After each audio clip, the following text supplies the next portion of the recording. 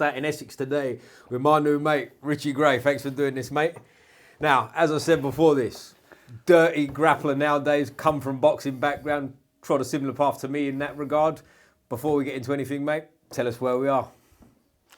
Currently on a farm, you notice it coming in. I noticed you getting in your flashy Uber on the way in. I was in an Uber. I was a bit out of market today, wasn't I? I've never seen such an Uber. You parked outside. I thought, put it in the space. You thought it was an Uber. I was like, what kind of Uber are you getting? I was a bit slow. What I should have said was it's my private driver. And puff my yeah. chest out, but never mind. I'll try to get you on a horse on the way home, drop you off at the station on one of the horses. Oh dear, oh dear, oh and dear. I've rid twice myself, so, don't mean to brag or anything. But so, as I said, mate, we're out in Essex today. Where are you from originally? My family's from Kent, but I kind of grew up in Basildon area, which is actually where I started boxing as an amateur. Okay. I don't know if you know the Essex boxing scene very well. Not really, to be honest with you. No, I mean, I've been out to Essex. I said to you again before we come on camera. I've been out many a day to the old Brentwood. Is it Brentwood Centre? Brentwood Centre, Brentwood yeah, Centre, right? yeah. And we had some good nights there. Boxing or watching? Watching. So I was it in ABA finals out here one year as well? Quite possibly. They used to somewhere move it around for a period of time. Colchester, it might have been. Colchester, they definitely do it there. They would have been there. So it was a race course there. I think they do. Was it? Yeah, I can't remember. This would have been, I reckon. Well, I'll tell you exactly when it was. It would have been 2011 because my club mate Lewis Adolphi, shout out Lou, boxed in the final and they robbed him against a fella called Danny Phillips, and it all kicked off down there for whatever reason. And I know it was 2011 because the next year was 2012 when 3 of our boys won it in the same year. So it was. That was my peak of my amateur days around. Was it? Yeah. It's still young though because we mentioned beforehand we're similar age. When were you? 1990s baby. 1990, 2011. I'd have been 21. So right. That was around. We're probably skipping some sections here, but Yeah, that was we about the sort of time over where I was sort of. So you box amateur, right? You had, say, it was 11, 12 fights? 12 bouts, yeah, amateur bouts. Get to a certain level, you had a few club bouts, I had some junior bouts, bit of time off, went back as a senior, had a few bouts, and it was like, right, championship time. It always came the same time of year. Yeah. I was on about 11 fights the first year I went, and it was around 11, 12, 13, that kind of time. Best time ever, man. What age did you start boxing? I started when I was a kid first. I think I was about 12 when I started. Oh, right, probably, yeah. Yeah, but I was not very good as a junior. Not very good is not really fair. I was kind of 50-50 as a junior. Not as good as I was as a senior. Then took a bit of time out. Yeah, but that seems to be a bit of a trend, to be fair. Like, the boys that are sort of average-ish as youth, and then they disappear for a while, when they come back, it's sort of their mid-teens. They're the ones that seem to kick on a bit more, from what I've seen. Do you know what I mean? Like the There are kids difference. Like it's a different sport. The kids that start at 6, they seem to peter out, and by the time they're 15, they've lost interest, mate. And they're not. Yeah. Do you know what I mean? They're not as good as they were when they were like 12 and the best kid in the club. It's funny, right? My feelings on boxing has changed a lot. When I was younger, I used to think he's been training since he was 6. These can't start when he's 17 and compete with these guys. It's a different sport. Now I'm less invested in what actually I'm seeing, not what I feel. Instead, I do feel different about that stuff. Yeah. You can get guys that start a bit older and do really well, whereas I didn't used to think that was really practical. Yeah. But on your point, you do get guys that are fantastic amateurs, as in junior amateurs. They're very good juniors, but don't transition well to the seniors. Yeah. Or they're shitty juniors, and then they turn over as a senior and become really well. The same thing happens from amateur to pro in the boxing. I think Denzel Bentley, and know him well as an amateur. I didn't really know him as an amateur, but I heard that he weren't really a big puncher. Right. And he's turned pro, and he had a string of about 12 knockouts out of about his first 13 fights.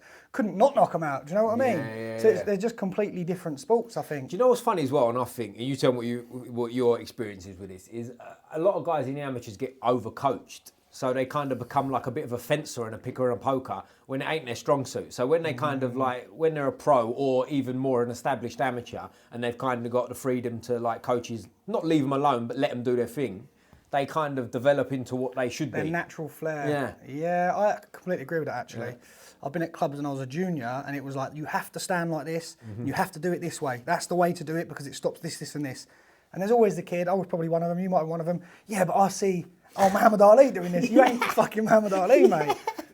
But I'm doing a bit of coaching now myself. And what I say to a lot of the boys is, there's a time and a place for everything. Right. So I'm not going to tell anyone to drop their left down and put their chin out. But there's a scenario where you'll set a trap. Right. But you've got to be aware of what you're doing. So these things come with time where I would do a little bit like the Jiu Jitsu. There's no point you learning, and omoplata is your very first thing. It's the only move you know as a white belt. It's the very first thing you know. You ain't going to get to the position to do that. No. You need to learn A, B, and C before you can do all that. Mate, but the same with the 100%. boxing, I do think there are some fundamental bases you need to learn.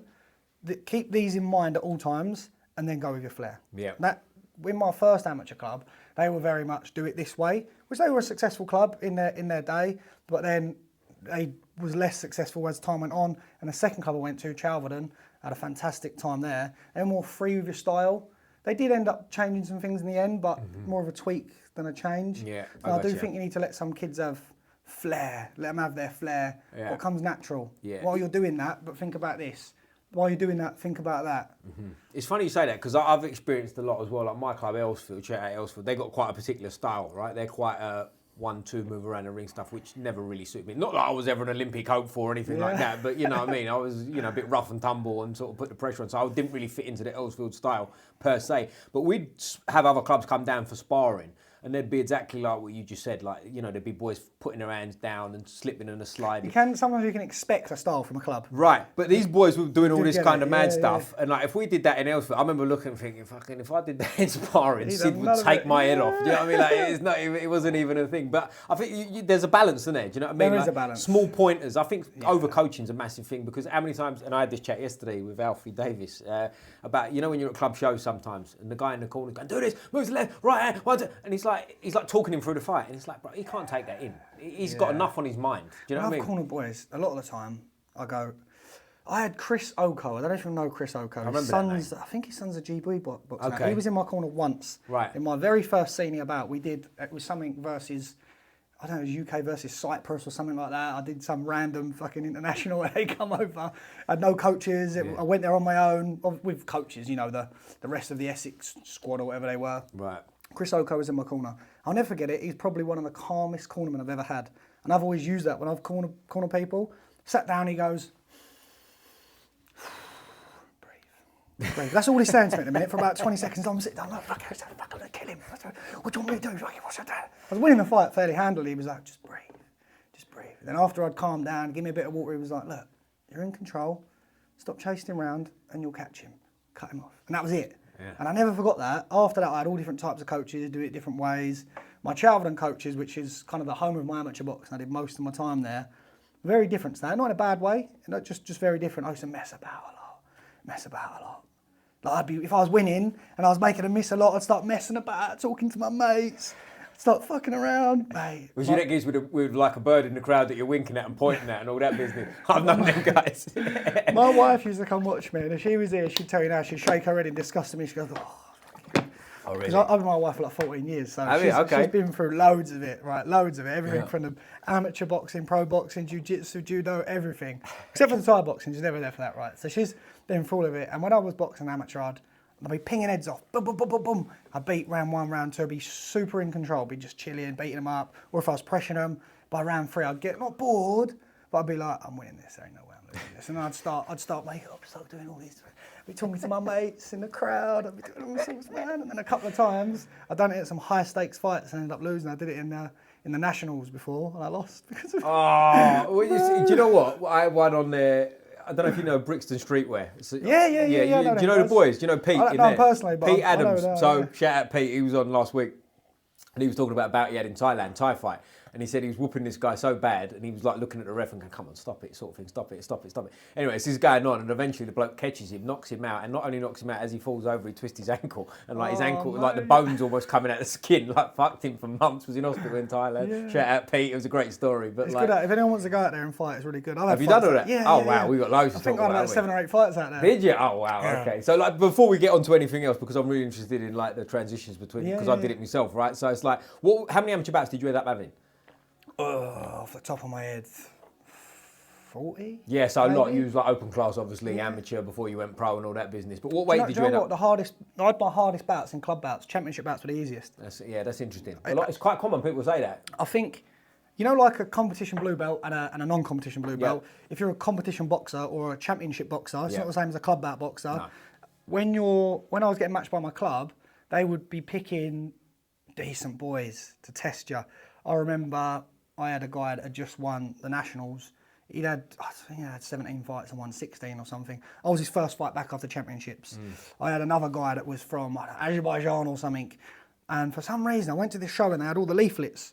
And it had all the fighters and all their records on it. And this geezer had 38 fights and 35 wins. I was like, bruv, why are you matching me? And my coach was like, don't worry, he ain't boxed for 5 years. I was like, does it matter? I was like, fucking look at that. Jesus Christ. Yeah, it's funny that, isn't it? Because you do get that, don't you, in championships? Because obviously it's open, isn't it? People enter. So. What people don't get, club bout, you're matched 50-50. You both got to agree, yeah, that's about right. You get the odd people. And your coach don't want to be seen as taking the piss or whatever. People don't get all so that. they match them. All amateur bouts are 50-50 at club bout levels. Yeah. They're all 50-50 or the close as. When you go in championships, and I try and explain this to people, if you want to be the British champion or English champion and you're my weight, every cunt in the country at your weight is entering. Everyone. Yeah. All right, people pull out, people don't fat, whatever. But ultimately, everyone enters. So the person that wins the nationals, that might be 35 and 30, might fight someone that's just about ready for championships, who's had 17 and 1-8, not bad kid, 50-50. By the way, an amateur record, that's not bad. 50-50 is, it's a lot better than it sounds. It's a lot better than what people think, because you should be winning 50% and losing 50% if you're matched 50-50. But if you've got the exceptional lad that's probably going to win the nationals, and the first fight this geezer gets, who's had 17 and 1-8, gets him, see you later, mate, you're done. That's it, you're out. There's no second chances, you're out. You don't get to pick who you fight. No. I've had, you enter and you think your first 3 or 4 fights, your county level, your region level, you kind of just breeze through it. You kind of just go for a laugh, and then by the time you get to the nationals, you're like, yeah, serious boys now. They're serious. They're bigger. They're stronger. Most of the light matches are gone. Yeah, well, that's what you get as well. Your actual physical size gets bigger, doesn't it? You see, like the sort of Southwest Londons or whatever you're boxing. As you get to the finals. Especially, what weight did you box at in them? As an amateur, I did 75 and 71. Right, so exactly that was kind of the same as what I did. So like 75. They fucked off 71 one year, didn't they? And it was 69. Right, I got a story, but I've told it on here, so I won't bore people with it. I tried to make 69, weighed in at 69.8. Coach looked at the scale and went, I just boxed 75, eh? So I was like 74 3 days earlier. That was a fun time. Thanks, Sid. Anyway, they was like, you get boys that are 75 that look like they probably weigh 75, and then you get some boys that turn up at 75 and you go, if he chopped a leg off, I don't think, how the fuck's he made 75? He's like a giant. And you get all that as well, don't you? So I saw that as well as you're watching your mates go. I don't know if you know a fella called Kirk Garvey. Kirk Garvey, club mate of mine, shout out Kirk and his brother Rob. But he boxed at 75 for a while, and he was killing himself. Boy, fucking massive. He ended up being ABA champion at 81, and he was big for that. But like 75, he was like dead. Do you know what I mean? And he was like, but you'd look at him and you'd go, how the fuck is he making sense? And I used to see him in the gym skipping. I used to look like a crackhead at 71. Yeah, I used to make it, but again, when I think about my amateur days, on a Friday night, we'd have packet of chicken, make fajitas. My mates and I greedy. I'm so greedy. But at the time, I was working on the tools, so I'd do 8 hours on the tools, come home, probably go for a 5-mile run, come home, I'd eat enormous amounts of chicken fajitas, 2 pots of Ben and Jerry's, and I'd still be like sort of floating at 73. Nah, man, that just turns me over. Turns me over. I didn't really have to diet. I'd just be working on the tools all day, getting strong as fuck, spending all my evening in the night running our boxing. Easy times, man. Yeah, but that's boxing at the right weight, isn't it? Do you know what I mean? Like, you can't be killing, especially like amateurs. For anyone who don't know, you weigh in sometimes, and if you're fucking first bout on, you got about half hour to take a piss, have a sip of water, and like, away you go. It's funny, when you text me earlier and you was 25 minutes, but I didn't read it till 20 minutes late, I thought, fuck me, I should have expected this. Like when you box and they go, you're on about, you'll be on about 8 or 9, and then they go, you're on in 4 minutes. You're like, what? Fuck me, I've just had a pizza. Yeah, exactly. Yeah. It's all that kind of stuff, innit? And like when you know what it's like, obviously, like them amateur shows when you're in the back, sometimes you're in a room that's like probably the same size as this, and there's 4 people in there, all their coaches, they're trying to do pads. It's a fucking stressful environment. Someone's got shit music on, and the whole thing's stressful. Sometimes your opponent's right there. Do you know what I mean? It's stressful, isn't it? The environment's like a stressful thing as it is. But like, what are you like in change rooms? Was you like pacer, or were you sitting down? I pace, but I mess about a lot. Right. When I was a junior, I used to get quite nervous, but then I don't know what happened as a senior. I was a completely different fighter as a senior. I had I think I went on a string of about 5 stoppages in my first 5 senior bouts. Yeah. And some of them were championship fights as well. So they were the Cyprus one, and I did an Essex versus someone else or other. And I was cool then, I was excited, I was just happy, just buzzing about. It's like when I start winning, I'm joking, I'm messing about. Probably is hiding nerves. I don't feel it in here. Right. When I was young, I used to feel butterflies and nerves. As I was an adult and a senior boxer, I didn't really get butterflies or nerves, more excitement. I was confident in what I was doing. I knew that the way I box, I know that no one can hurt me. Not because you can get knocked out, you get hurt. Any boxer that's boxed knows you can always get knocked out. But I believed in my ability to avoid shots and defence, that I felt like I could box absolutely anyone in the entire country. And even if they're winning, they're not going to be able to pin me down and hurt me. Right. So on that basis, I was always pretty happy to be chill and relaxed. Yeah, I got you. And what do you know when you say you felt good going into the seniors? Was that like a freedom thing in terms of like pressures off? Like you're a young kid now going into the seniors. Was there an element of that? Different. I think I think when I went into the seniors, I was 20. I might have been about 20 years old when I first senior bout. I don't know. I suppose boxing as a junior, I was in school, so I don't know, 13 to 16. But then I was working on the tools from 16 till I was about 21. I had man strength by the time I was, not your full developed man strength, but I had a lot of strength, I suppose. I felt like I was fitter.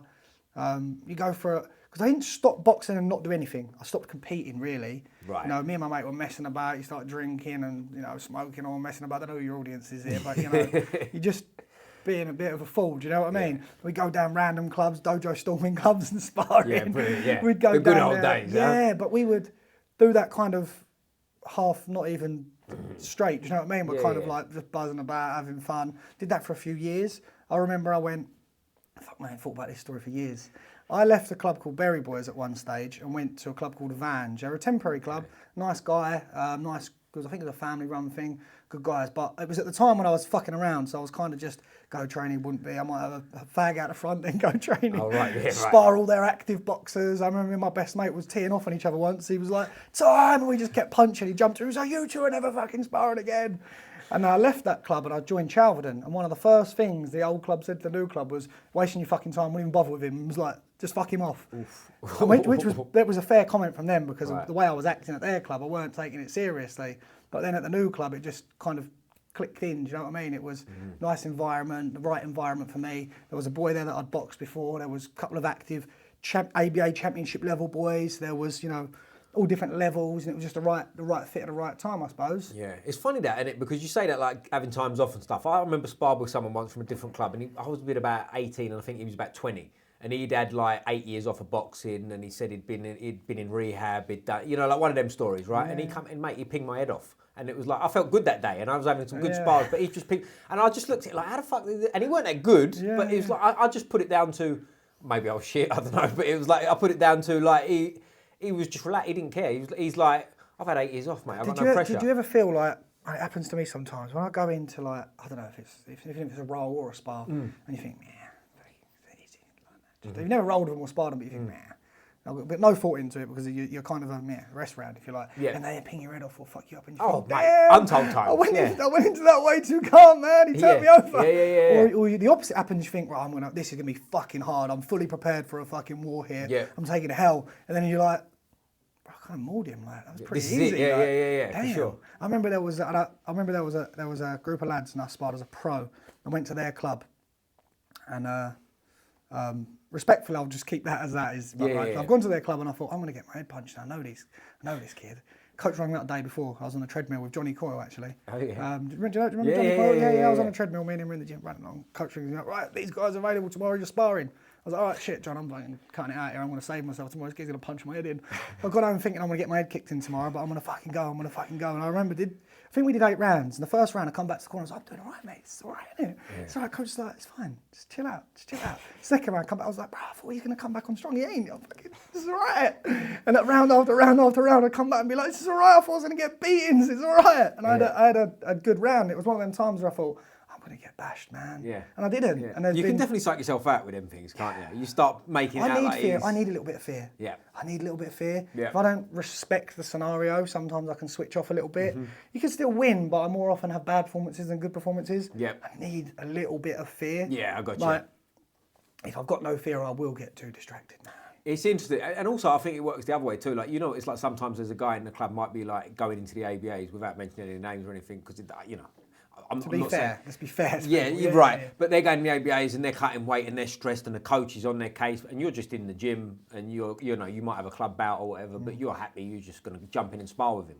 And because of the stress he's under, you know he's better than you at the time, but you're not that day he ain't, because he's got so much on him and he's worried about fucking what he's saying and what he's looking at. Everyone's watching, and you're just going. Sports psychology is mad. Yeah. Like we spoke a little about sponsors earlier, which we'll circle back around, but sports psychology is also one that I'm massive on, man. I think it makes a huge difference. And I'll be honest with you, I think I've won more often than not through the psychological aspects than I have physical aspects. Like guys that are better than me. that are better than me, and I think their mind has changed or something's happened, and I'm always drilling it on people that I try and coach about their mind. One example I'll give is that, you know, when people are tired, they go,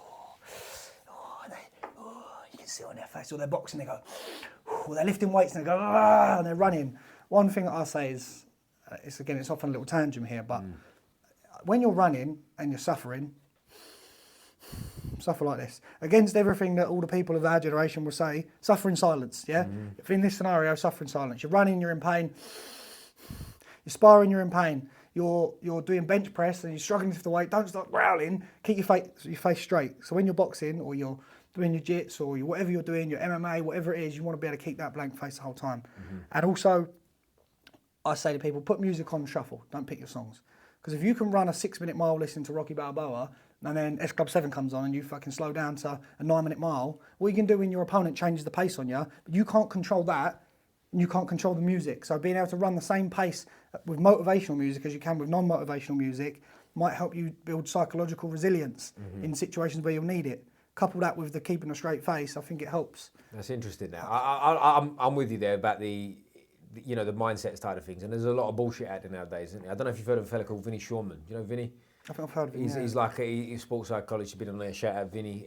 He's worked with world champions of all different combat arts and whatever. But like one of the things that stuck out, I won't try and go into too deep what he said. It's on the podcast. I'll butcher it. You know what I mean? But I said to him once, like about whatever, asked him a question, and he said, so a lot of people when they come to him, they sort of like, you know, when I'm getting ready for a fight, I get nervous and I get that. And he said he just goes, don't do it then.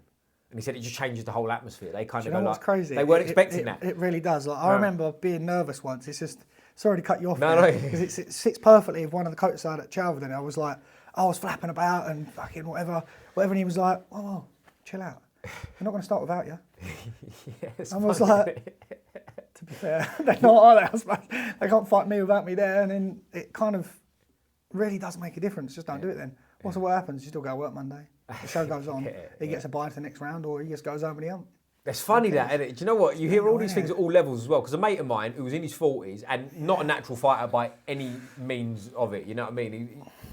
I'm not being nasty, just like, he's not a fighter, right? He's a soft, nice guy. Soft, nice guy, right? But in his 40s, he decided he wanted to have a bout. And he did, and he won it, and he stopped him, and I helped train. It was all great, right? Lovely. But he had, shout out David Thunder, the animal. No, sorry, what was his nickname? The Sentinel. Sorry, the Sentinel was his nickname he come up with. But brilliant night, right? Anyway, he said to me when he was walking out, again, you know what it's like, everyone's nervous at any level. He's coming out, he was getting ready to go, boom, boom, boom, boom. And the person said to him, like, stop, wait, take your time, this is your moment. Where did he box? He boxed in Crawley. Down, It was like a white collar bout. Yeah. I think it was WS something. You know what's crazy? So I said that, Yeah. and it's funny you said all that. I used to go in the corner with some of these guys and do exactly, that's what I used to tell them. I used to go, just walk as slow as you want. Walk around the ring 3 or 4 times. Walk around the fucking ring. Walk back in the changing room. Walk around the ring, back in the changing room. If you feel too nervous, fuck now, go back in the changing room. And then come back out again. Yeah. Absorb the atmosphere. Don't sit in the changing room, wait. Your music goes, kick the door down, walk out, go, it's mental, get in the ring, fucking ding, ding, ding, throw haymakers, fucking swing it out. The next thing you know, it's fucking over. Yeah, Take right. your fucking time, take your time. Yeah, and it was brilliant. I just thought, like, I'd never heard that before, like boxing at all different places and listening and whatever. And he said this, I don't know whether it's a guy or a girl, just went, stop, this is your moment, take your time. I don't think it was even a coach, I think it was just like an event coordinator type person. Yeah. And he said, stop. And he just said, the whole thing went... Enjoy yourself, yeah. And it was like, and he just walked to the ring and he done the business. So shout out my mate Dave. He'll hate that I called him Dave, he's David. But there you go, that's what you get. But like with all these things going from different martial arts, there's obviously a lot of crossover, right? In terms of the feeling. There's a lot of differences, obviously, in what they do. And the big thing before we get, like, we'll go back and forth between things. But I've always said, with grappling and boxing, the difference I've found just on the face of it is like if you go into a jiu-jitsu place, and me and you both did as adults, so you'll go in there, but they'll still teach you. If me and you walked into a proper boxing gym, not like a fit box, but I'm talking somewhere you want to have bouts, competitive amateur gym, pro gym, whatever, as adults, they're going to go, what? No, sorry, mate, forget it. They'll be a little bit like, hit a bag. Whatever, go in that bag and like left alone. Might be good for sparring. Do you know what I'm saying? You get the fuck punched out of you for a while, and if you're any good, they might look at you. But like jiu-jitsu is complete opposite, which always interests me because it's like think about the journey it takes to blue belt when they say you got to get hammered before you get to your blue belt. And all that. As an adult boxer trying to get in, you're kind of going to get whoopings for a long time before they even consider taking you on the pads. Oh, So for much sure. places. 100%. They're not even going to look at you. They won't even give you the time of day to say hello properly. Do you know what I mean? I knew someone that went into a boxing club, and he's a big, rough, tough-looking guy, Krav Maga expert. He's now a brown belt in Jiu Jitsu, blah, blah. But he walked into a boxing club when he was like 30, I think he said. I wasn't there, but he told me about it. And the bloke went, whoa, no, mate, too old. Just spun him around, didn't even let him in. Do you know what I mean? Do you think on that, because I think it is kind of relatable, kind of the boxing scene's changed a lot, and I don't mean these fucking YouTube stuff. I'm talking about back, probably, you say you're my age, so back then, if you want to say that. Who's older? What month are you born? March. You're older than me. March. Good, I'm we'll keep with 35. it. We'll stick with that one. Brilliant. 35 in about 3 weeks.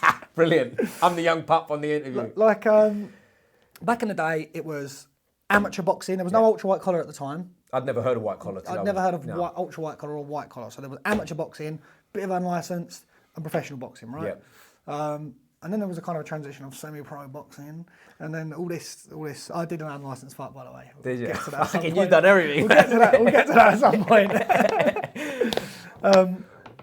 Now I think there's a bit of a transition where, and I kind of went through the transition myself, where as an older boxer or a person that wants to box, you've got options now, which wasn't probably available when me and you were more active as boxers or amateur boxers, because now the unlicensed scene, I feel, is 10 times better than it was, or maybe not now, but for a period of time, the unlicensed scene got okay, got pretty good.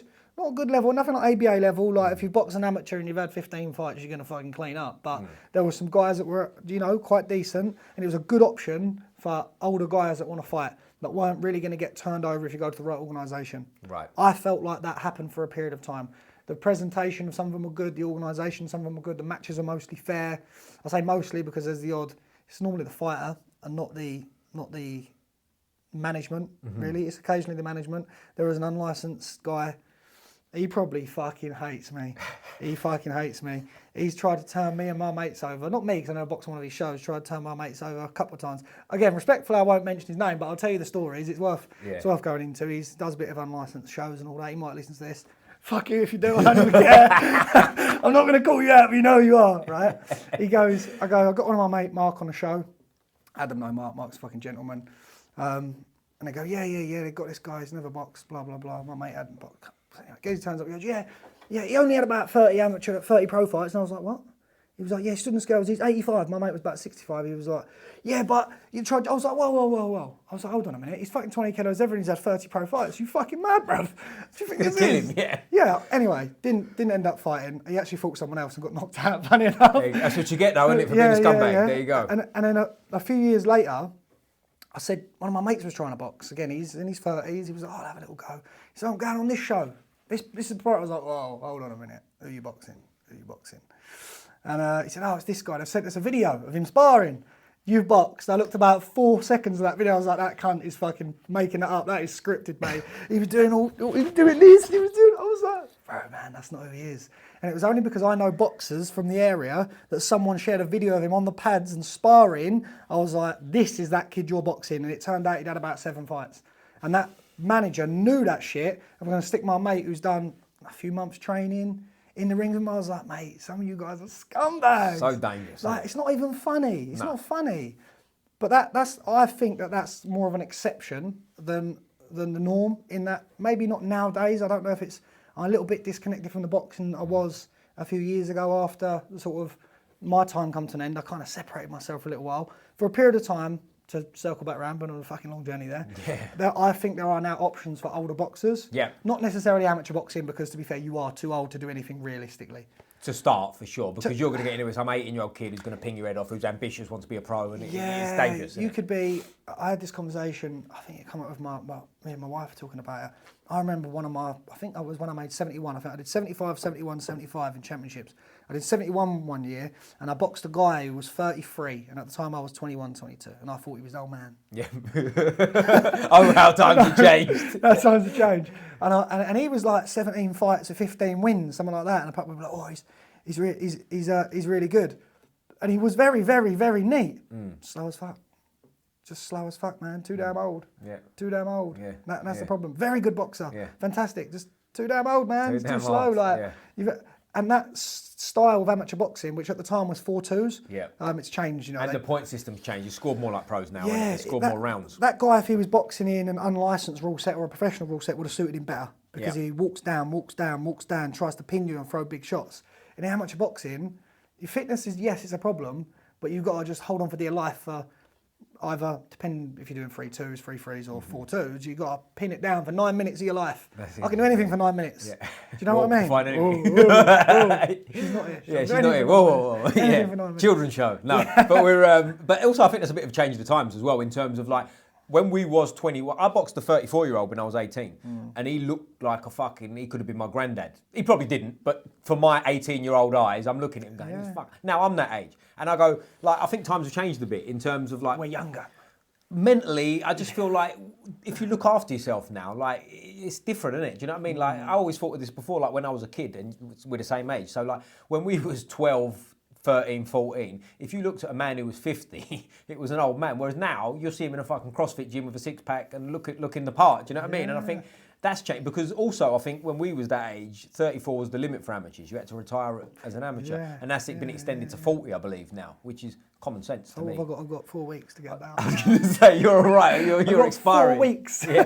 Which is mental, isn't it? Like to look at you and go, he's too old to box. It's stupid. Do you know what I mean? But like times have changed in terms of not just like the old coaches. Like how many old club shows was you at when you look at the coach in the corner who was like Mick from the Rocky films, who would like grizzle at people. It's so funny you say that. Like I think I was flicking through your stuff or whatever I was, and I was like, who's who of what's what, right, reacquainting myself with what you've got going on with the boxing world, and I thought, I remember coaches being older than me. Like, why are all the coaches my age now? You know what I mean? Obviously, there's fighters my age now as well. They are, and some of them are probably.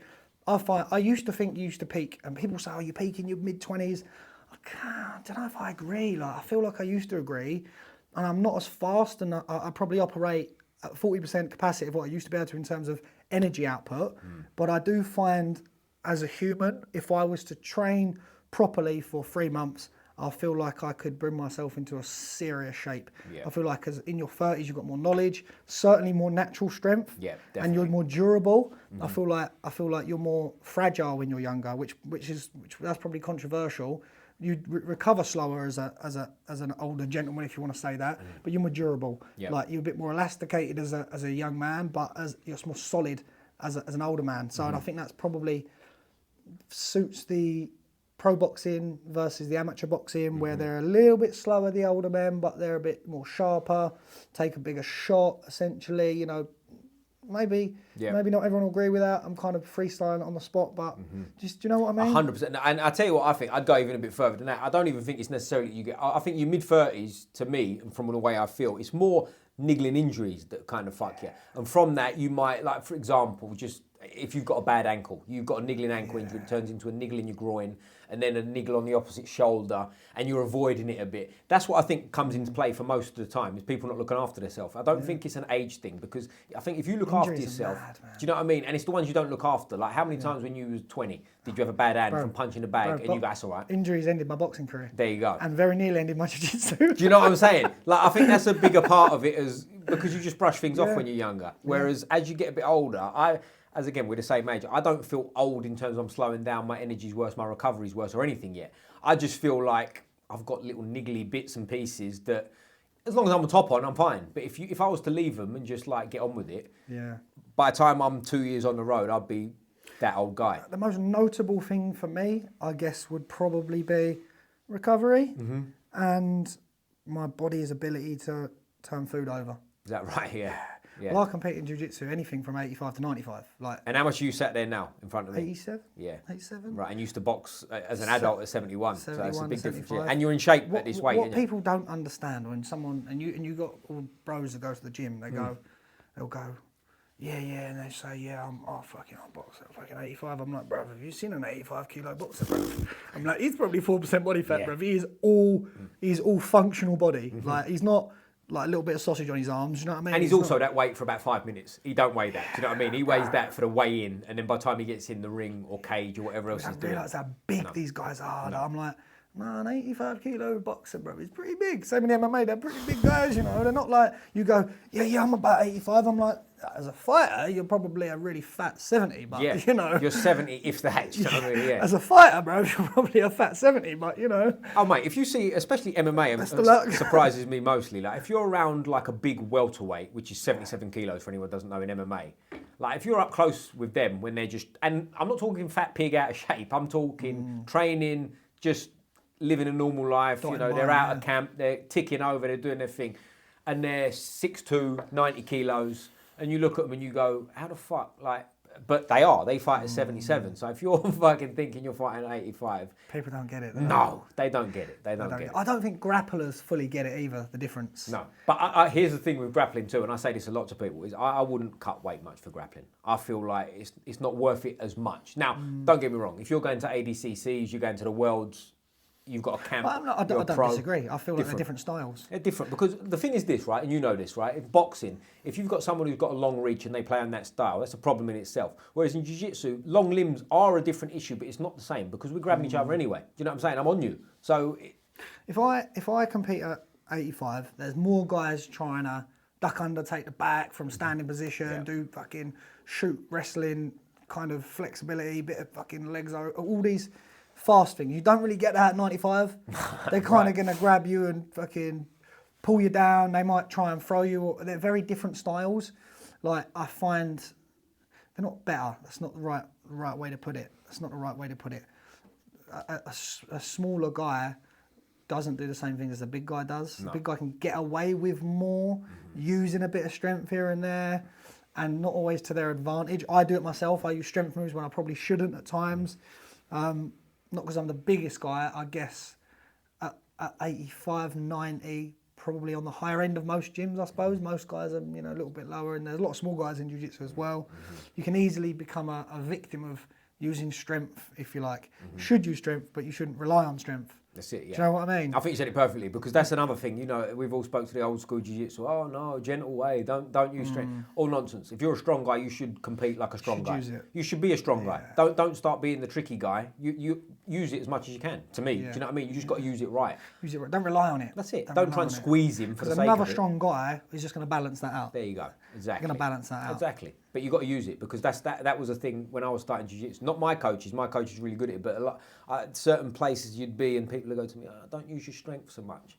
And then don't use your speed then. Don't use your flexibility then. There you go. That was exactly what my coach said. Well, don't use tell him not to use his speed. You're strong. Use it. Do you know what I mean? And I think you got to use what you are. It's like being a boxer, for example, and saying don't use your reach. What are you talking about? How many half extend your arms, mate? Just what I'm saying. What are you talking about? Like, it's crazy, but I could rant all day, man. So take us through. When did you turn pro? What age?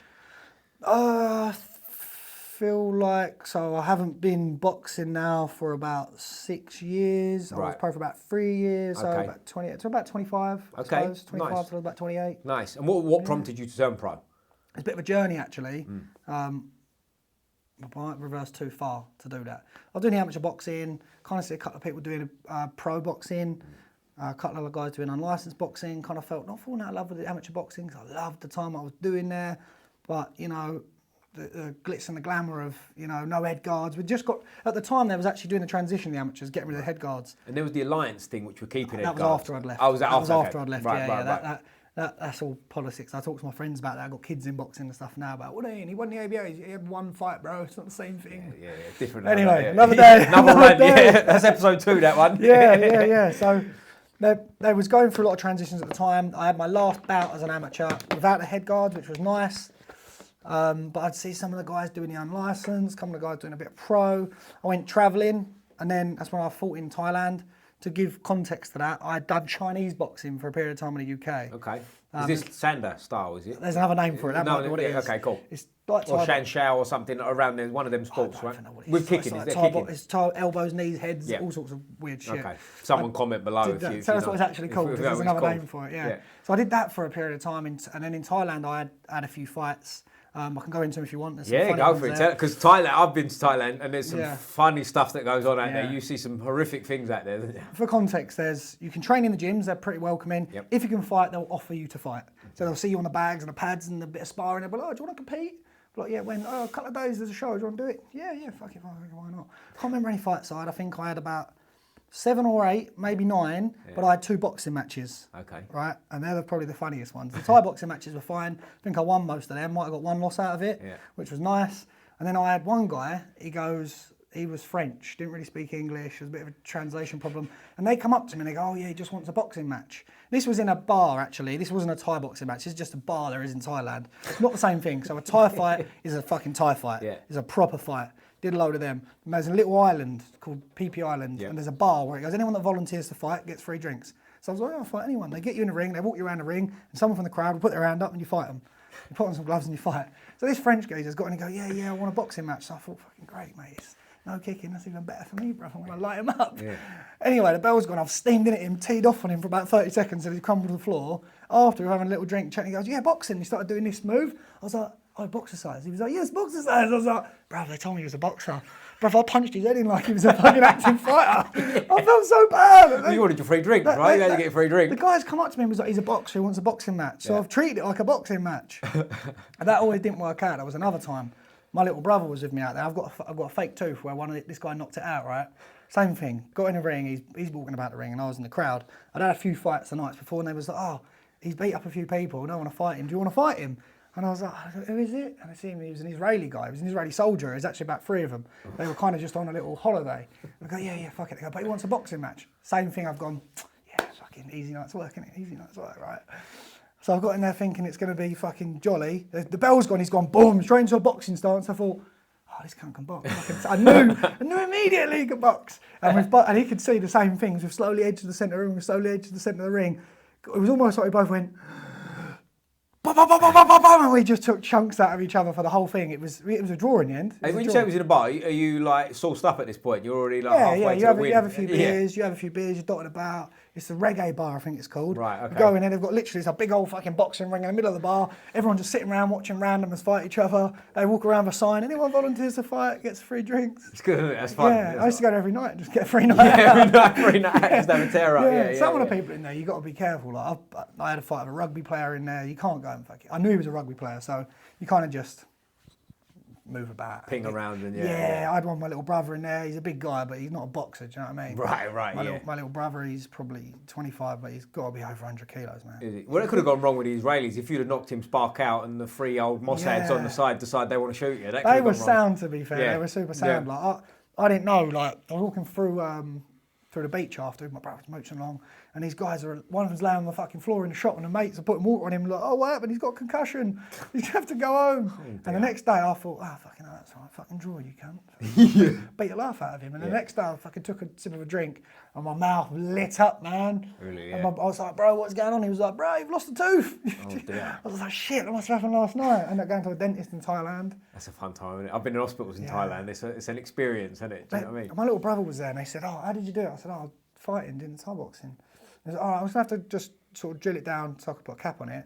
And he just pulled the drill out, and I was like, "What, numbing me up?" He was like, "You did it fighting, don't be a pussy." And I was like, "Whoa. Oh my God, I can't say anything, I'm going to have to just sit here now. Bite down on it. But to be fair, fucking £19.50, it's been there for about 9 years. £19.50, go to Thailand, isn't it? Yeah, it's funny. It's been there the whole time, yeah. Well, when I was in Thailand, they put the thing up, this was before COVID, they was testing me for whatever in the hospital. You know, they put the thing up your nose. You remember the original COVID test that were like, "Oh," and I sat there and I was feeling rough anyway, and I said to the woman, like, what you know, where's she putting that sort of thing? Like, you know, she said, nose, give me the signal. And I said, what's it like? Is it okay? And she went, "Oh, very bad," you know. And then this big, heavy set woman, like, held me head like in a vice, and they put it up, and they're like, not the most pleasant experience I've ever had in my life. Not painful, but like it's horrible, isn't it? But if you're ever sick in Thailand, you know, maybe walk it off.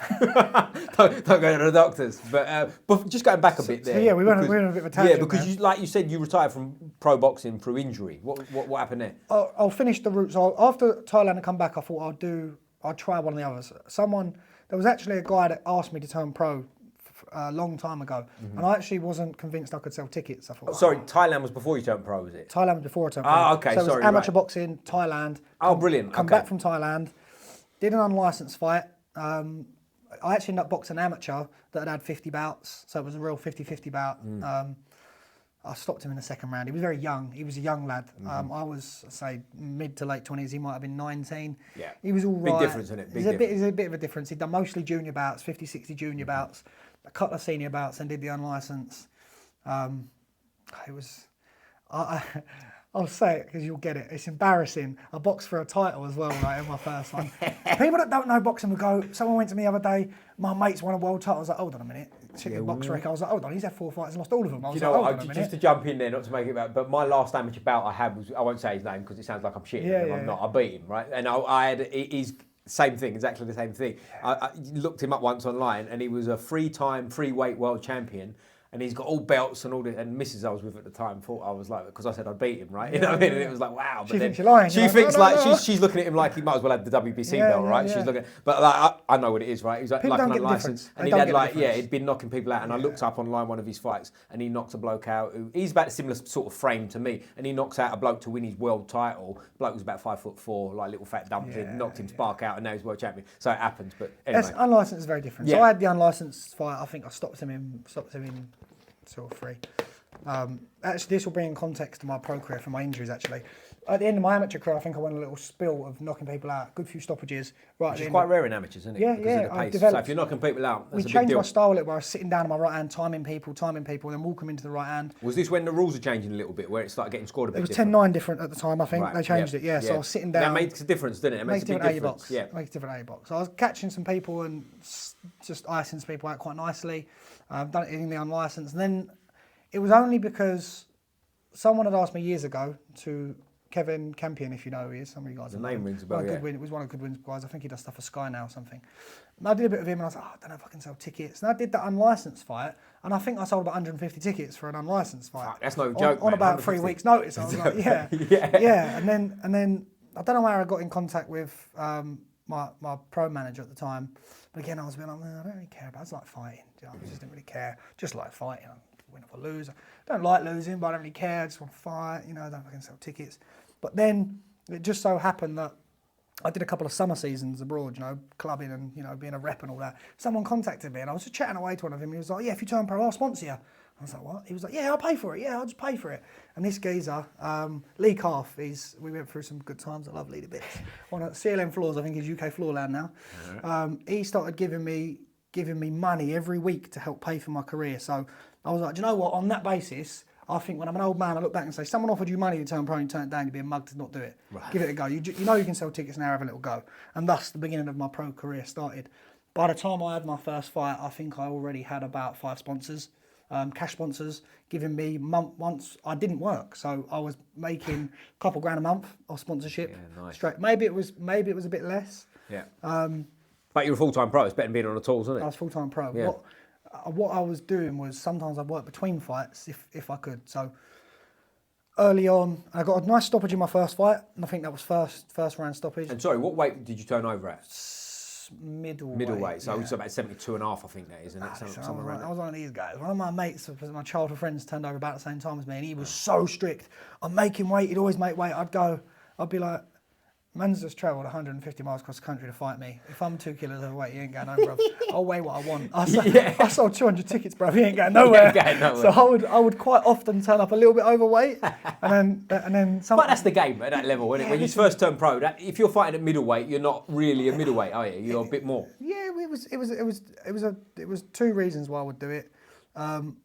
They're there for a payday that early on. My pro career didn't get going as good as it should, all because of how quickly it comes to an end. Right. I knew they weren't going anywhere because they want their dough.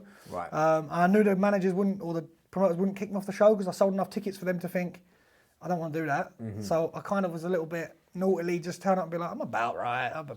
Yeah. But it can happen the other way. It can happen the other way where they come in bigger. There was one guy I boxed and he messaged me, he was like, yeah, I've never boxed under 82. And I was like fucking 73. So it happens the other way. Sometimes. So where was we going with that? Sort of my injury, wasn't it? Yeah. As I was going. So I had a good few stoppages at amateur. I had the unlicensed one, and then of my first 3 pro fights, I think I stopped 2 of them, which was nice. And I damaged my hands in my 3rd fight. I think it was my 3rd. In the bout. In the fight itself. Yeah. And then I went into the 4th, relatively okay, 1 bad hand, but it was all right. Again, it comes down to injuries that you should rest, but I didn't. They got so bad in that fight. I remember coming out of that fight and my hands were like balloons, both of them. Both of them were like balloons. But at this point, I'm like, I've got all these sponsors. I was selling 200 tickets easily, like that every single time. I used to make little deals. So I'd have like young lads shifting tickets for me. Some of my sponsors I'd have ticket deals with where I'd say, look, I'll tell you what, I advertise you take 20 tickets every time I fight. So by the time I get my tickets on day one, I've done 85, 90 tickets day one. So I haven't actually got to sell any. And then I've got the young lads that might do 20 or 30 each. So I'm getting tickets. So I've got all these sponsors, got tickets are going out quite easy. I didn't want to stop momentum. So then I got another fight, and I think my last 4 fights as a pro, I shadow boxed, hit noodles, and skipped for 4 fights. And what's the deal with that? You know, you mentioned you got sponsors and stuff. Yeah, if you're injured, you can't just say, look, I'm not boxing for 6 months. It depends. It really, really depends on your relationship with them, what they're giving you. So we can go into a whole section of sponsors if you want at some point. It depends on the sponsor you've got. If someone's paying you weekly, they might expect something in return. Right. Depends if you've made an agreement. Are you doing X amount of posts? Are you giving them X amount of views? Are you agreed to fight this many times a year?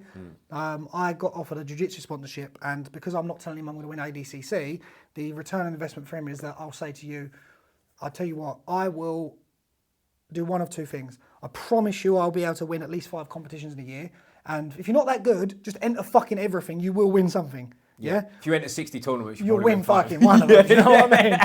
Or it would be, I'll promise to enter this amount of tournaments. Again, all this depends. That's a good one, isn't it? Because you can do that whatever, can't you? You can enter stuff and just lose. It doesn't matter. Yeah. That didn't, as I told you earlier, it was kind of a conflict of interest. I might revisit it and try and do it in a different way. But anyway. Shall I wrap up on the boxing? Whatever you like, mate. Because sorry, I keep cutting you off. Like just quickly before, like when you turned pro, what was your ambitions? Was you like one of these? Because we've all heard that I want to be world champion. I want to be. What was your sort of thinking when you turned pro? I just liked fighting. That was it. Simple as that. Yeah, I just liked fighting. I enjoyed the time. If I'm honest with you, on reflection. Like, what do I think I actually could have done if I not got injured? I reckon I'd have got to British level. Which is fucking. I think I'd have won Southern Air. I think I could have won English. I think when you get to that British level, man, you don't know what you're gonna get. You could get a world level fighter. English and Southern Area, you know, these guys move on quickly. You know, I think that would have been good. I would have got British, and then I think I'd have found out whether I'd have got it or not.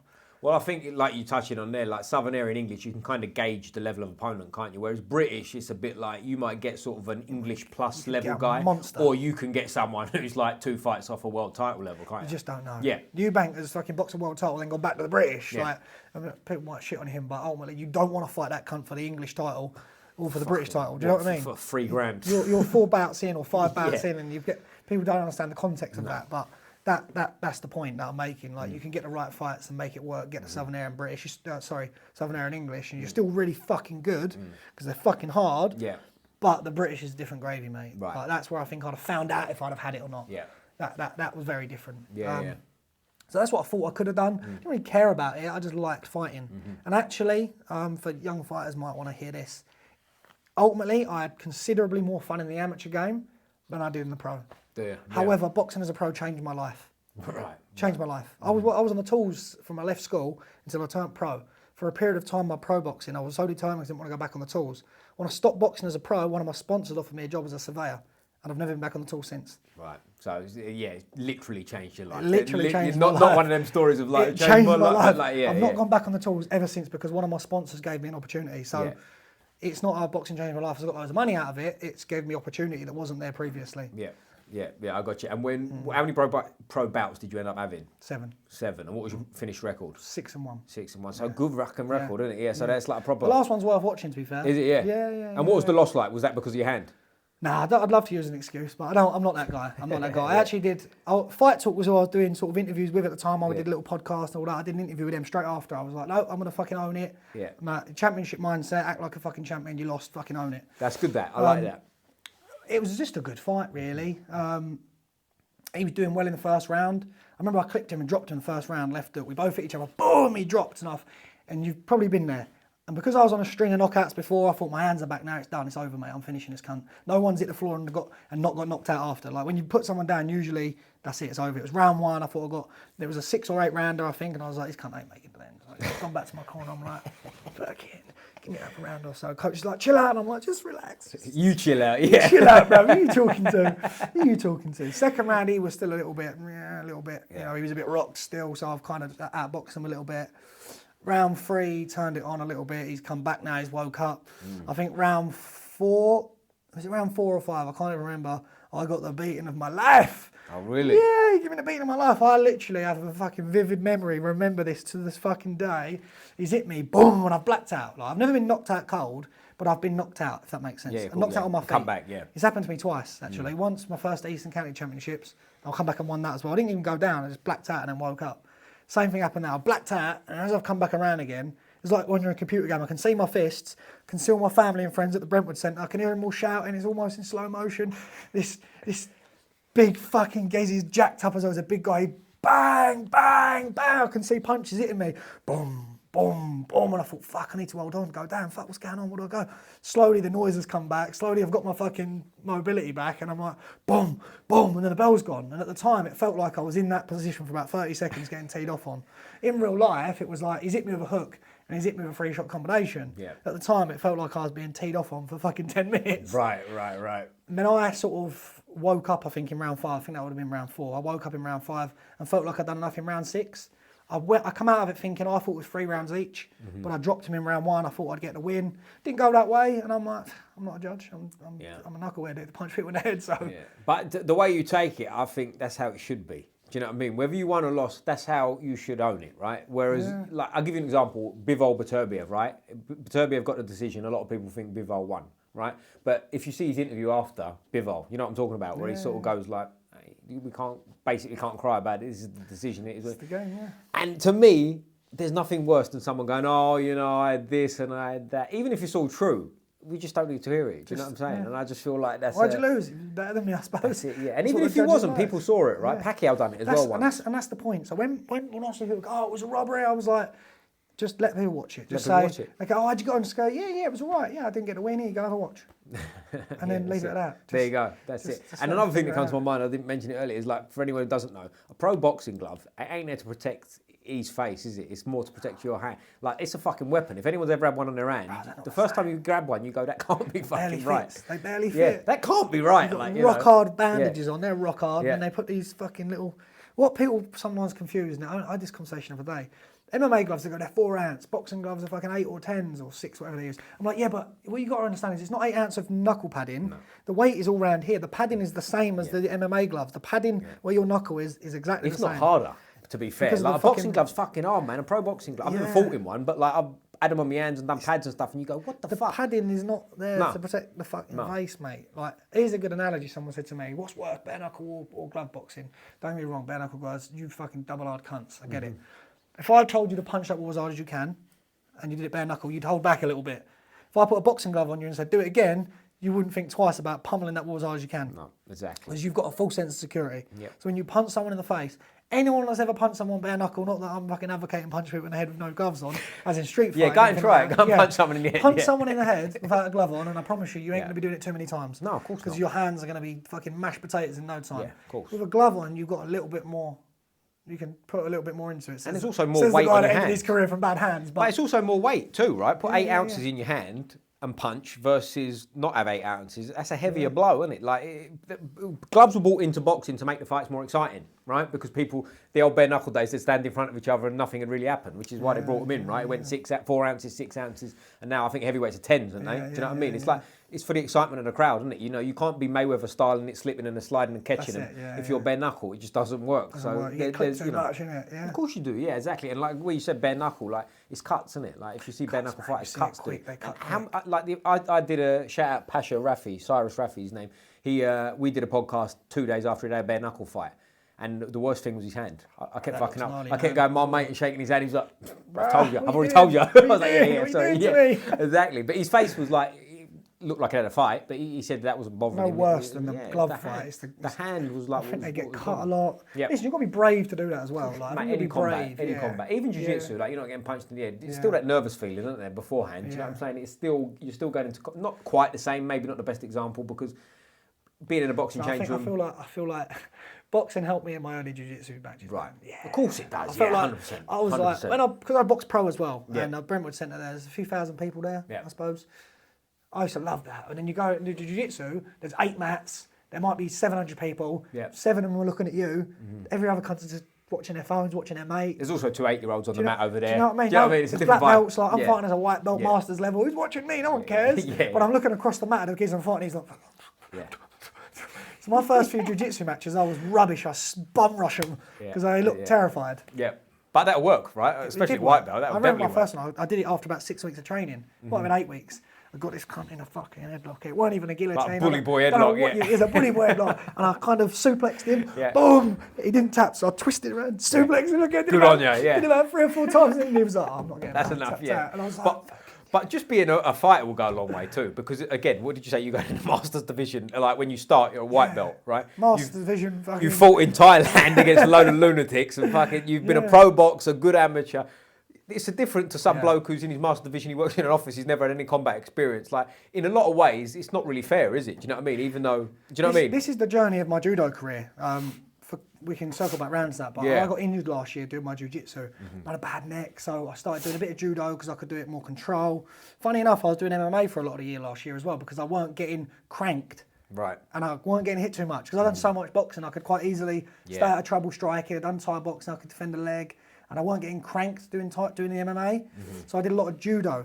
Now, I've been progressed quite quick through the belts in judo. And I don't think everyone's sort of appreciative of that.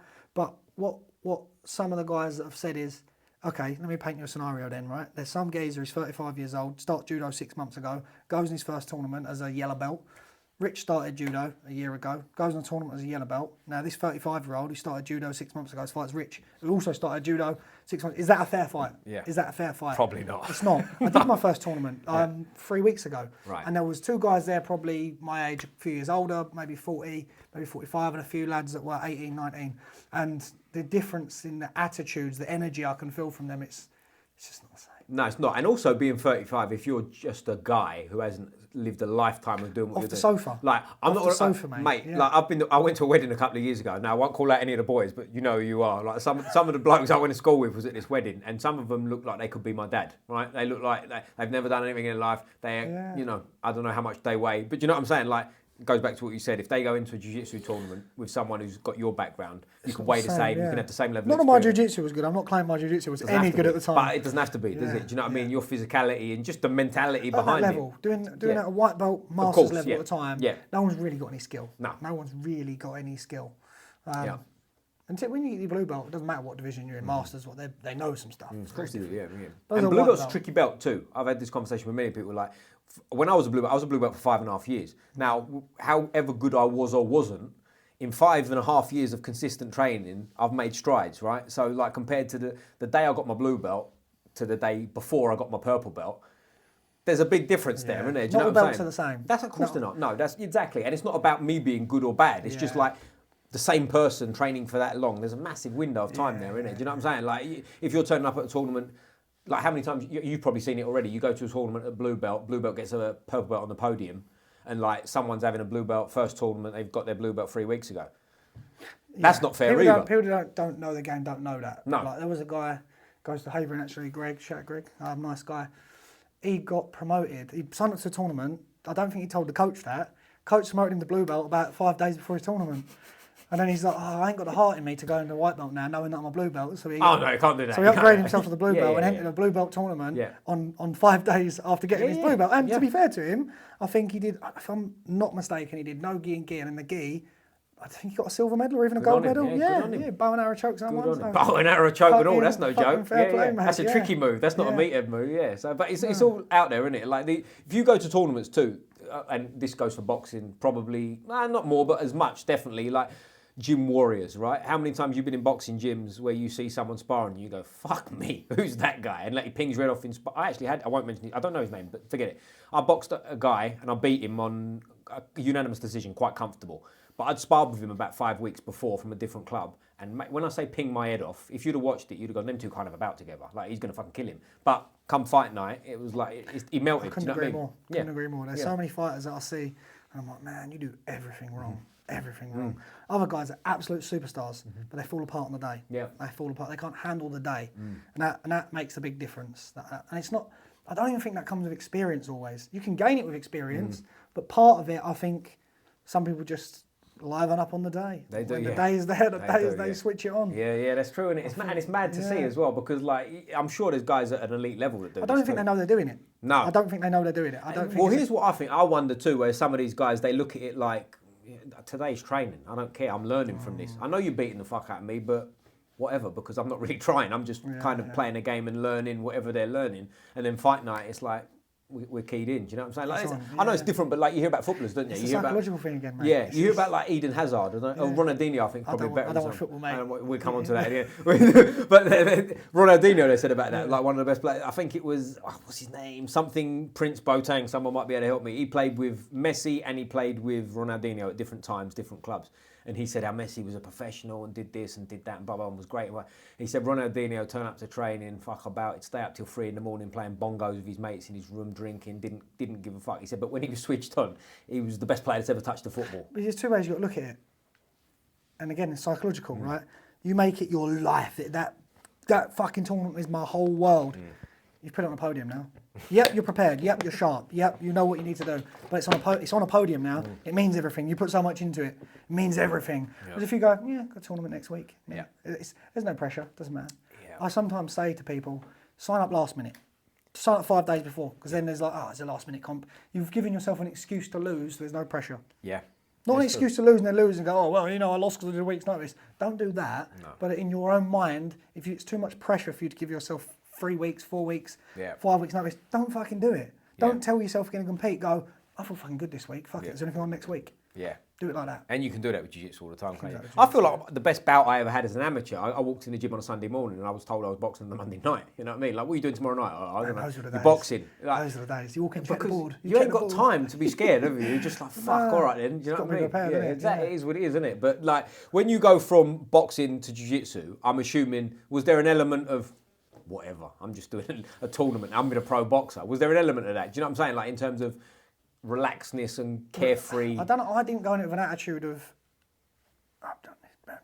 Yeah. It was. There was no fear. As in, like, it doesn't matter as much. Yeah, that's what I'm getting at. Yeah. This is something that most of the combat world will get it. It is completely acceptable to just tap out in jiu-jitsu. Yeah. Culturally, it's absolutely okay. Just go, boom. Okay, no worries. No one cares. Doesn't matter. Tournament. Fucking super fight, whatever you want to fucking call it. And by the way, if you're in a leisure centre on a weekend that you've paid 60 quid to sign up to and someone's about to break your leg, what the fuck are you holding? Still got work Monday. Mate, let go. Yeah. Just get him off you. So the culture is different. So it's absolutely acceptable to lose in jiu-jitsu. It's absolutely okay to lose regular. It's okay to tap out most of the time. All completely acceptable things. In boxing, it's not quite acceptable. Someone chins you in a bout. Some people go do a bit of sparring, they think they can box. I'm like, bro. When you're boxing competitively, someone hits you, stuns you, the ref might not even know you're stunned now, you're seeing stars, right? Your options are turn your back, and that's your pride gone. Some of you novices might, but a proper fighter won't do that. No. Turn your back, go down by choice, going down by choice, or get teed off on and try and weather the storm. Now, teed off on sometimes is you're rocks, you're on the fucking ropes, and they're teeing off rights, left, body, uppercut, boom, boom, boom. There ain't no tap out, and it's get knocked out, go down, or survive it. And you've got to wear it. You've got to wear that moment. You might have to wear that for the next fucking 4 minutes. The ref might not know. You've got to wear it through that round into the next round. And it's not accepted, or it happens, obviously, but it's not acceptable to just turn your back and take a knee. No, you're too good. That's not acceptable in boxing. Ever. Never acceptable. Never. Like you might not psychologically recover from that. No. And your reputation on the scene will be, he's a bit, they'll in the amateurs, they'll say, he's a bit, you have to match him with care. Match with care, that's what they'll say. And that's being kind. A lot of coaches might just go, fuck him, I ain't having him no more. Do you know what I mean? They might do that, but they're going to say match with care. Now you've got a reputation of match with care from now on. So it's not, the cultures are completely different. It's what people don't understand. I'm not saying jiu-jitsu is easier, I'm saying it's more user-friendly. For sure, mate, definitely of a more welcoming environment, isn't it? You walk in day one anyway, like you know yourself, you walked into Jiu-Jitsu in your 30s, I'm assuming, right? Yeah. And you was welcomed probably with open arms. Yeah, lovely. Very different cultures. I went to Havering when I come down there, lovely down there. We've got the hoodie there, shout out Havering Jiu-Jitsu Academy. they're all great culture down there. That's one of the reasons that I like it down there. Yeah. The team's good, the people But are that's nice. what you want at the end of the day, right? If you Makes go you in wanna go somewhere, there. that's Makes you what I'm wanna getting go. at. You want to go somewhere where and if you're a jiu-jitsu school, you want an environment where people are like, hey, I'll tell you come something in, that I think is banter. different about the cultures, right? I'll tell you something different Watch about out. boxing and jiu-jitsu, right? Yeah, go on. In jiu-jitsu, you lose, and people go, you learn and all that, all the sayings that they give it, don't worry about it. They don't even talk about it, yeah? If you lose a boxing match, so you interviewed Danny Connor. I box in the same gym as Danny, right? You're in a gym with someone like Danny or someone that's boxed a lot, right? And I'm looking at the camera because if he watches it, he'll know because it's Danny all over. Got a bare knuckle fight coming up, by the way. Shout out Danny. Has he? Yeah. Sick. Go on, Danny. Shout out Danny. What weight's he doing? He's got to be 70. When I asked him, and it's on camera, so I'm not outing him or anything, saying anything I shouldn't. I think he said he was 100. So, but looking at him today, I was That's seeing not uncommon. But I watched him. He wasn't hitting pads. He was holding pads for someone today on the Instagram, and he looks significantly lighter than 2 weeks ago when I saw him. He's sweating off, mate. Yeah, he's looking good. So my point is, the culture is you go in jiu-jitsu, you go in the worlds and you lose, or you go in a local competition. No one cares. No one cares. You lose a boxing match and you go back to your gym. Depending on the culture that you're in, the lads are going to be like, "You're shit. You got no chin. You got knocked out." It's banter, but like your little heart will get it. Of course, mate. Yeah, you'll get someone like Danny. He'll be like, "You got no chin." Like I remember being in the gym. You've got all the different boys. Someone's won, someone's lost. For the rest of your life now, he's got no chin. He's shit. He's rubbish. So you get your head punched in. Fucking man. That's normal in boxing, man. That is completely normal in boxing. And your friends around it. Your friends around it. Like not even boxers. Like your friends who've got a fat belly. But they don't understand it. No, so right. Your friends that don't know boxing will just say, I don't know if he's got it. Right. Yeah, behind your back. The boys that do know you, they're bantering you, they're joking, they know how hard the game is, but they'll let you fucking know. Yeah, right. But if you got beat up, you see that guy, he lost last week, the one that beat you up, they'll let you know. God forbid you lose to someone that someone in your gym's beat. That's what I'm saying. Another fucker, the culture between the two sports is very different. Yeah. It's completely acceptable to lose, tap out. Usually quit if you want to call it in jiu-jitsu. That's not acceptable in boxing, mate. Ever. Your teammates are going to let you know about it. Your coach is probably never going to look at you the same again. Well, you bring up an interesting point here, and I'm not giving an opinion on it necessarily, but fairly recently, Sonny Edwards was in the corner. You know the fight I'm talking about against Yafai? Have you seen this? I haven't seen it, no. So Sonny Edwards is in the corner. I think it was after the second round. round. I might have seen it, yeah. After the second round, he stands there and his coach, I don't know the fella's name, anyone does, he's Scouse fella was in the corner going blah, blah, whatever, And he goes, do you want me to be real with you? And he goes, what? And he goes, I don't want to be here tonight. And the coach goes, fucking, stop feeling... The boxer said it, yeah? The boxer, Sonny Edwards, said it. And the coach is going to him like, fucking stop feeling sorry for yourself. Gives him all the right things. It goes on for a few rounds and eventually they stop it. I can't remember how it finished. It's a stoppage, but I can't remember whether it's in the corner or whatever. Or the ref stops it. But he stands there and like on camera says, I don't want to be here tonight. And like, it's a strange one. I don't know how I feel about it because... I think everyone has been there, right? And listen, it's not for me to not. He's a world champion. Do you know what I mean? Like, and he's fighting for a world title again. So it's not like you can criticise him. But a part of me goes, the game's obviously beat him down, right? To the point where it's like he doesn't want to be there anymore. Because if you'd have asked him 3-4 years ago when he was in his pomp, not that he's old, but when he was at his peak of his powers and he was world champion, he's beating everyone undefeated.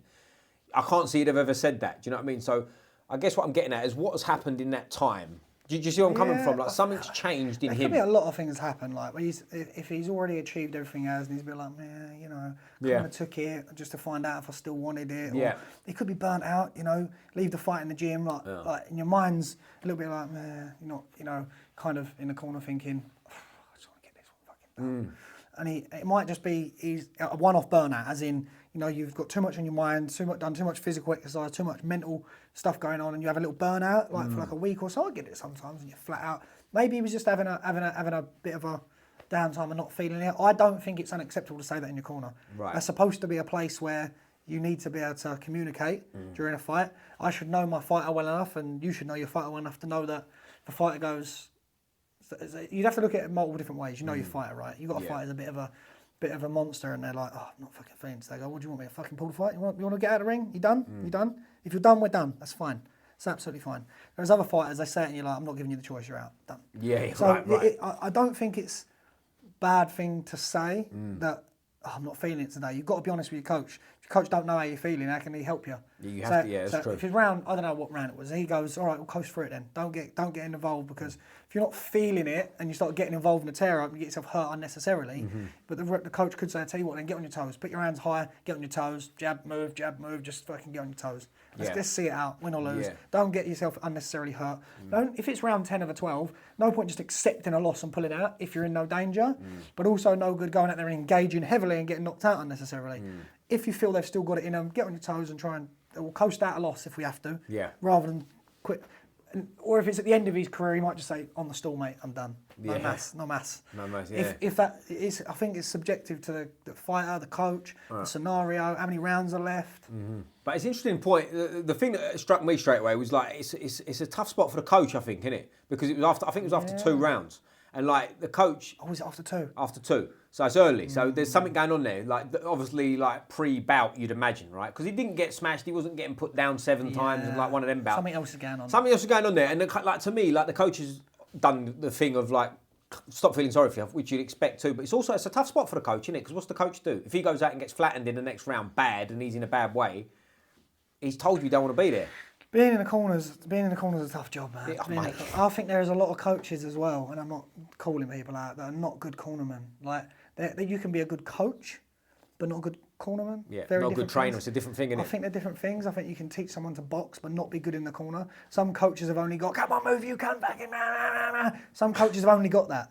Some coaches haven't got any of that. Yeah, no, and right. different fighters need different attitude in the corner. Different scenario, dependent. You need to know the fighter. And I think there's a difference between being the chief corner man and a second too, isn't there? Like the second man in the corner who's kind of giving his 2 cents worth. Has obviously got a massive important role, but they're different roles. I'm not a huge fan of having 2 people trying to give information to someone at the same time. But it's just my opinion.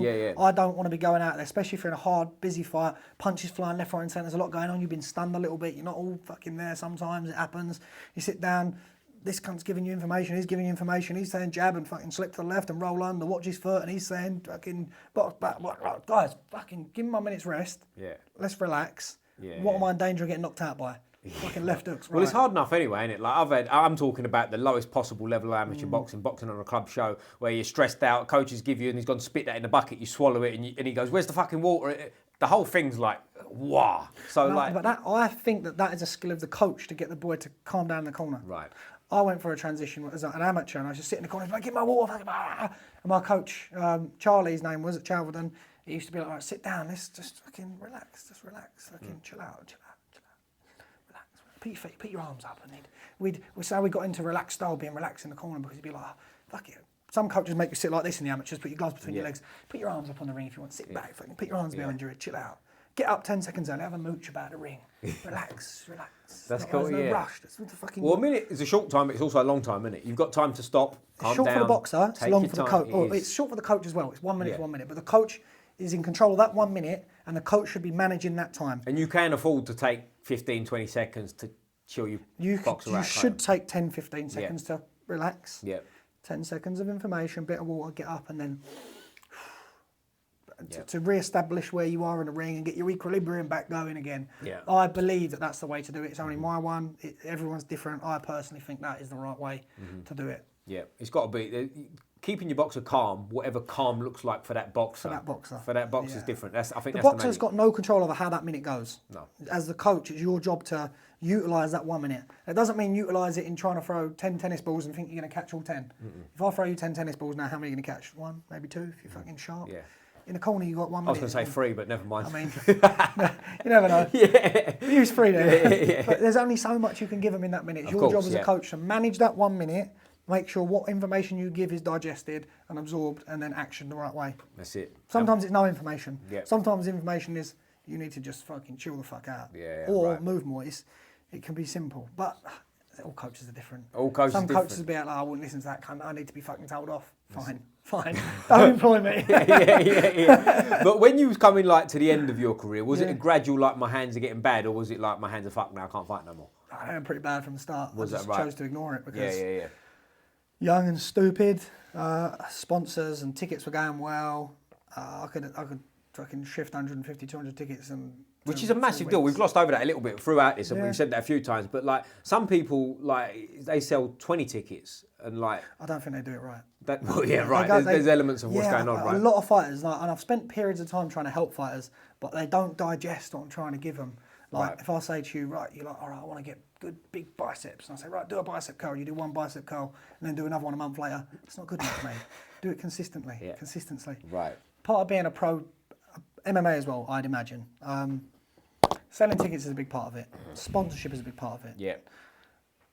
I think there's a way to do it. Present yourself correctly. Get yourself all your information about yourself, what you've done, what you want to do, and then go out and present yourself to businesses with a goal in mind of what you want to achieve. This is the same for the ticket sales. Make a little plan. What are you going to do and how are you going to do it, right? Sponsors can take tickets. They haven't got to commit unless you're fighting. And they get an equal return every single time. So I'm not asking you to pay me for 6 months when I'm not fighting. You only pay me when I fight. So getting a sponsor to take tickets off you, and people might think that's not a big deal. If you're getting rid of 200 tickets, you're going to get more opportunity to get on more shows. Okay, regardless of how good you are, it's irrelevant. Yeah. If this geezer's fucking super good boxer, but he sells 9 tickets, he's a bag of dicks when he boxes, but he sells 300 tickets, and I've got 1 spot left on my show. Not even a question. Who's going on my show? Exactly, right. Sorry, buddy, better luck next time. Exactly. 300 tickets. Let's get him a fucking sack of spuds. Fucking, you beat him up because I want you back next month to sell another 300 tickets. Well, there you go. So these things are really important, and I don't think fighters give it enough attention. And I've spent time with fighters saying, right, try this, and they do it once and then don't go back to it. The sponsorship, right? You need to prepare. Where are you going with your boxing? What have you done? It don't even have to be good. You can glamorize what you've done and make it more than it already is. Make it look better than it is, if you like. You can really sell it to someone quite well. And you're not a salesman, you're not selling it, you're being honest. But remember, they don't know. If you've won an unlicensed world title, to them, you're a fucking Muhammad Ali to someone that don't know Haringey boxing. Box Cup's a big one now, and people Haringey Box market Cup, that a everyone lot. bang on about these box cups, yeah. You can have one fight and win a box cup, by the way. Yeah. Box cups are cool, but you can have 1 or 2 fights and win them. Yeah. And if there's too many people in the category, there'll 2 people win the same weight.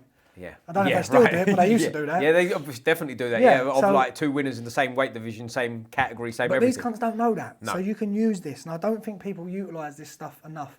Really build up a portfolio of their achievements or their record or what they want to do with it, and go out and see businesses, right? What am I looking for? I need to survive $2,000 a month, right? So I need to break that down. How can I get $2,000 a month?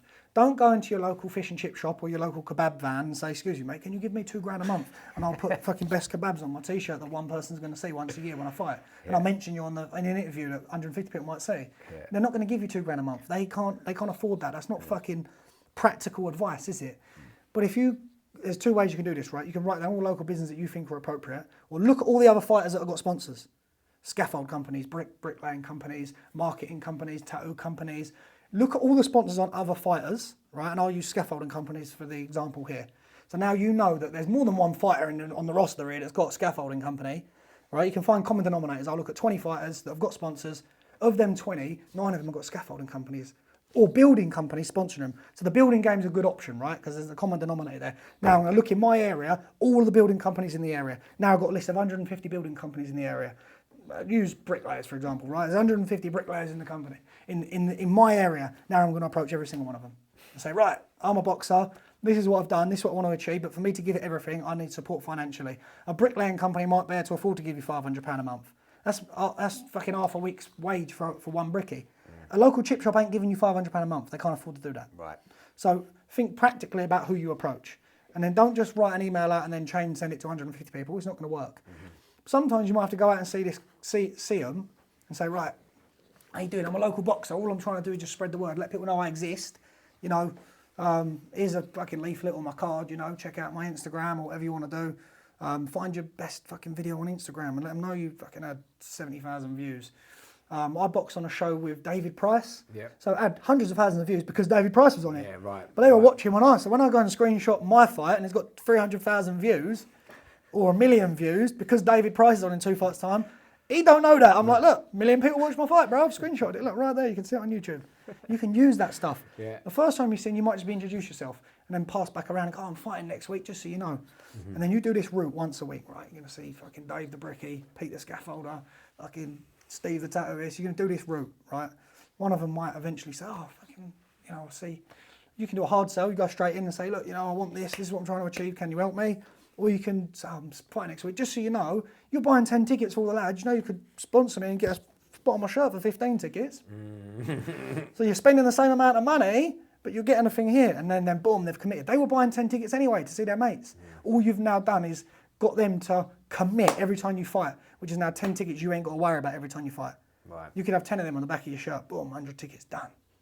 And then you can build off that. You can start with, right, I'm doing my mate up the road, so give me £20 a month and I'll put your fucking logo on here. And eventually you've got 7 of them, and then you go, no, £20 a month, I'm actually going to go £50 a month now. Yeah. And then £100 a month, and eventually you're asking for £500 a month.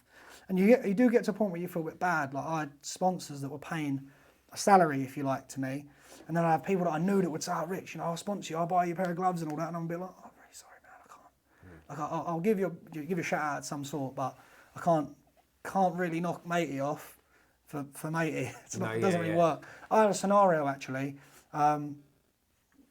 where, and the guys I know him, I actually think something happened to him. I don't know if it was true, but I heard something happened to this guy. So I won't call him out. It's not a negative thing. But we had a physio, and I also had a guy giving me £500, £600, £700 a month. Paid for my licensing fee, so he paid for my. You have to see the board of control. You have to get brain scans. I fucking shit, all this stuff. I don't know, £1,000, £1,500 a year for that. This company was paying for all that, buying my equipment, doing all this, giving me monthly money. This guy was doing physio every week, which is important for recovery. But if I pay for that, £40 session maybe, £4,860 a month maybe. I had this guy on my shirt, front and centre. The guy that was doing the physio once a week was upset that he wasn't on the front, he was on the back. And I had to try and sit to him, I was like, look mate, I fucking love you to bits, you're a big part of the team, but respectfully, I can't do my career without him, I can do it without you. Yeah. I might get injured, but it's not possible to do it without him, it is possible to do it without you. And these are the things people got to take into consideration. Yeah. I touched on it with you earlier. A lot of boxers go, yeah, I've got a sponsorship. It gives me 10% discount off my fucking products, and I advertise him. That is not a sponsorship. You've now committed yourself to purchasing their product. They're making money off of you. It costs you money. That isn't a sponsorship. Yeah. Early on, you can accept contributions. Right, I'm going to buy you some kit, and you can do what you're going to do with my shout-outs, or give you my product, or whatever they want to do it. It'd be really low, but you can build on that. Maybe that company can never afford to give you money, but if they helped you when you had fuck all, keep them when you've got more. This Bassett and Hair tattoo, shout out Harry, Big H. He was there from the start. He started his tattoo company, his own one, at the same time I turned pro, and we tried to build together. He was there throughout the whole thing. I didn't like trying to get guys that were taking 10 tickets and try and push them on to getting 20 tickets. If I'm not mistaken, Harry went from 10 to 15, but being my mate, I didn't want to be like, Harry, I need you to take 30 tickets every time now, £40 a ticket, 10 tickets, £400, £1,200 every time I fight. Do you know what I mean? Yeah, right. Yeah. Because bit of a jump, yeah. Yeah, with some people, it's pure business. You'll be like, it's got to be 30 or you're out. Yeah. Some of your mates, you want to be like, do you know what, mate still gives me a £5 a month, but he was there when I had fuck all. Loyalty counts, I think, doesn't it? Loyalty's a big thing. Yeah. Loyalty's a big thing. Yeah, I've had this conversation with, I won't get too deep because they wanted to sponsor me for this podcast. Now, it's small. It's not money that was making a living, anything. Do you know what I mean? It was like I can say the amount. It was like £50 a month was the what they wanted to offer. But it turned into a little bit of like what you said. But a bit, not so much, but like a bit of a salesman job. So in terms of like, we'll give you this, and then like, oh, but you got to post this, and this. And then you got to like try and give this discount code, and it became a hassle. Do you know what I mean? And for the money, I was like, what can you do here? Whereas other people I've been blessed to shout out reality, they just like, yeah, this is the deal sort of thing. And then the reason I bring it up is because you're talking about loyalty, right? Like people like that, I think if this was to carry on in 2 years' time, you not owe them is the wrong way to put it, but like they're part of the firm. Do you know what I'm saying? They're part of the firm. We're in this together. Do you know what I mean? As I grow, you grow, we grow together. Someone's not, when you're very starting, you've got 10 viewers, no one's going to give you £2 a month. No, Someone's going to give you a hoodie and say, I'll tell you what, let's fucking try our best. Yeah. But the guy that's going to give you the £2 a month is going to wait till you've got 200,000 followers. And I'm going to say, sorry mate, you're out now. Yeah. That's not okay. No. That reputation will spread. Yeah, and so it should, because you're a mild level scumbag to me. You know what I mean? Like you can't do that, can you? Do you know what I mean? I think it's a good idea to have your expectations already written down and set. Okay. This is what I think X, Y, and Z is worth, and this is how I feel the return on that investment should look like. Right. It doesn't have to be elaborate. Like some boxers might sit and think, simple, mate. Be like, right, I'm willing to do £50 a month now for this. That's what I'm willing to do right now. Yep, good. Yep. Once I've got 10 sponsors, I'm upping it to this much for any new ones, but not getting rid of old ones. And then you start saying no to new ones. It's pretty easy, and you'll get better at the negotiation. Right. Asking someone for 20 quid a month is quite easy. Right. Be like, come on, Steve, you've got fucking 55 scaffolders on here, man. You're gonna afford £20 a month? Come on, fucking play the game, son. Yeah. And then later on, you'll be more confident when you're saying it's £500 a month, and you're gonna get a logo that's this big, and people are gonna see it once a year, and I'll tag you on Facebook if I remember once a year. You'll get more confident. Do you know what I mean? Yeah. It's not always about. There were boxers way better than me, just not that good at communicating. Well, I'm thinking like when you're doing this, when you started saying this, I was like, fuck me, where's this come from? Because there's not a lot of boxers that are talking like that at all, let alone as good as you. Do you know what I'm saying? Like a lot of boxers are like, what? Huh? I don't know. Speak to my uncle. That's when you hear a lot of it. My uncle takes care of that. My uncle takes care of that, innit? Do you know what I mean? Like, where's this come from for you? Was this just a natural thing? Was you like this? I think it just came natural, man. Like I'd never done sales, no nothing. I left school and was doing construction for fucking 8 or 9 years on the tools, doing chipping, steel fixing, and then I was backpacking for a while, and then I was boxing straight away. Fighting in bars in Thailand. Yeah, fighting in bars in Thailand. And then I think I just figured it out when I was selling tickets pretty soon what the formula was. Yeah. And it was actually one of my sponsors at the end of my boxing career. He was like, I've watched the way you handle things and what you've done, how you negotiated things with absolutely zero knowledge whatsoever. You just figured that shit out. I think there's a position for you in this kind of world if you're interested. Yeah, that's it. So after this, you're going to sponsor me $2,000 a month, or no? I'll check my bank. But like I'll dig out the paperwork. Yeah, this is the formula. I thought we were signing contracts today. This is the formula, mate. This is the formula. Yeah. No, but we'll definitely talk for sure. But that was like, with all this kind of boxing and whatever, you give up boxing and you started grappling, and you said like you're already getting sponsorship straight away as a grappler. So like there's obviously more to this than just ability, right? Because obviously you was a good boxer. Nothing about ability. That's what I'm saying. My Because jiu-jitsu is bang average. Right, but you're moving up now. But like when you start, no one's good. Do you know what I'm saying? So like you started jiu-jitsu and you're already getting offers of sponsors. Yeah. But before we get to any of that and we bring it back, like what made you get into grappling? Was it just still scratching the itch of wanting to compete? Yeah, pretty much. How the fuck did it end up? Oh, I know what happened. I remember now. I wanted to do MMA. Actually, I wanted to do MMA. Went to an MMA club. I can stand with most people. And what's your hands like now, by the way? Just a side note. Weirdly enough, I've only wore MMA gloves sparring for the last 6 years, never had any problems. If I put a boxing glove on, the pressure seems to spread in different areas, which gives me problems. It's interesting. When I wear MMA, I've been wearing MMA gloves in the bag for the last 5 years and had no problems. Wow. So I was going to MMA clubs for a period of time, and then I think I've done it about 3 or 4 times, and then I went to jiu-jitsu class and got mauled by a fucking bird.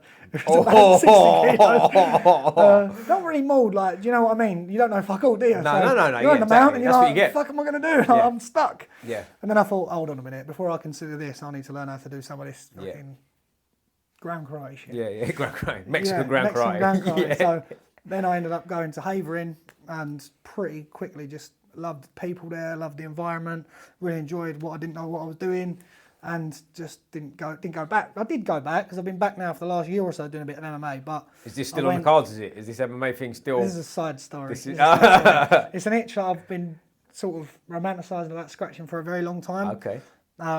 But then I say, am I too old? No, not too old, no. I'm also walking about 87. We talked about earlier about the weight. Right. I'd have to be down to probably fucking 70s again. Do I want to do that? I think a lot about...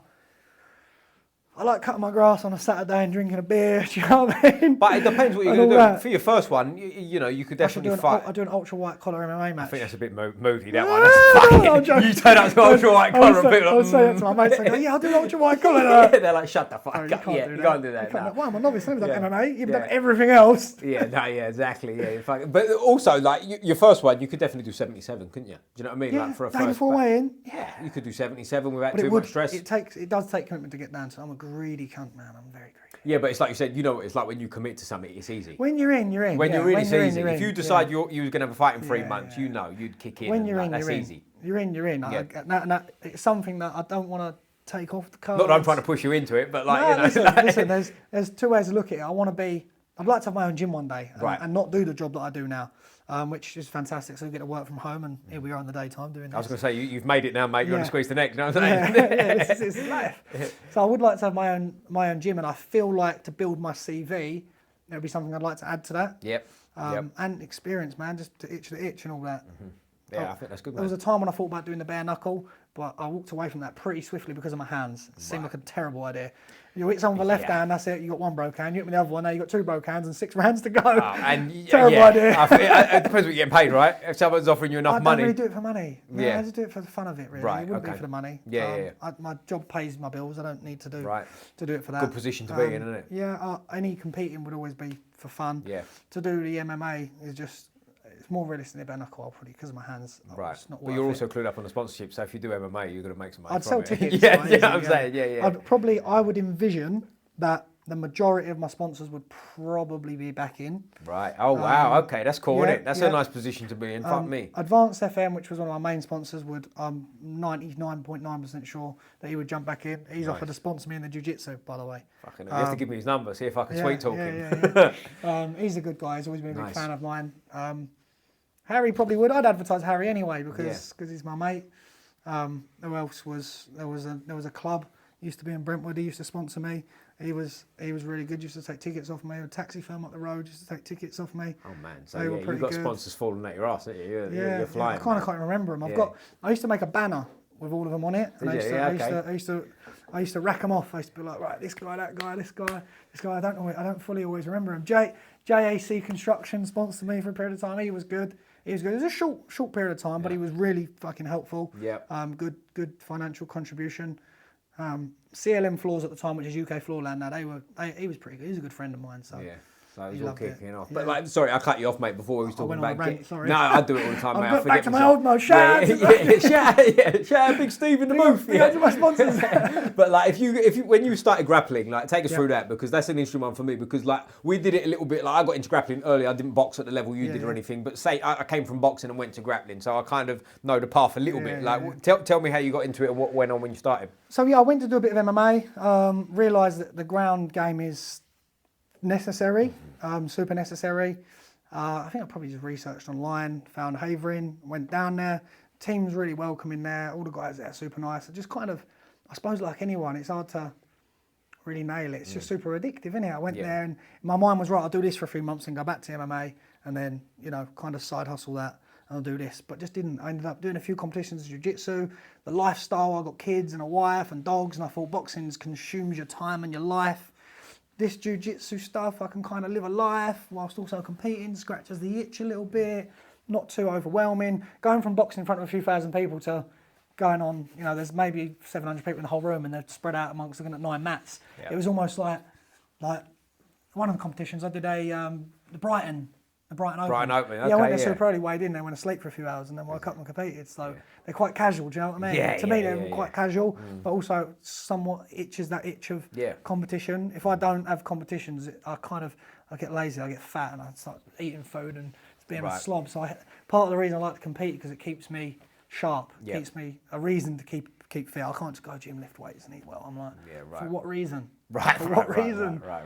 So that kind of, the jiu-jitsu really itches that scratch for me and keeps me healthy, keeps me active and keeps me in a community. I won't go out much if I don't really socialise. I'll fucking sit home and be like, my mates go, who wants to go out in 2 weeks? I'm like, ask me the day before because I don't know if I want to see how I feel the day before. Yeah, right. I'm a bit like that. Whereas the jiu-jitsu, it keeps you in a little bit of a community. A lot of the people there I'd say are my friends now. Do you know what I mean?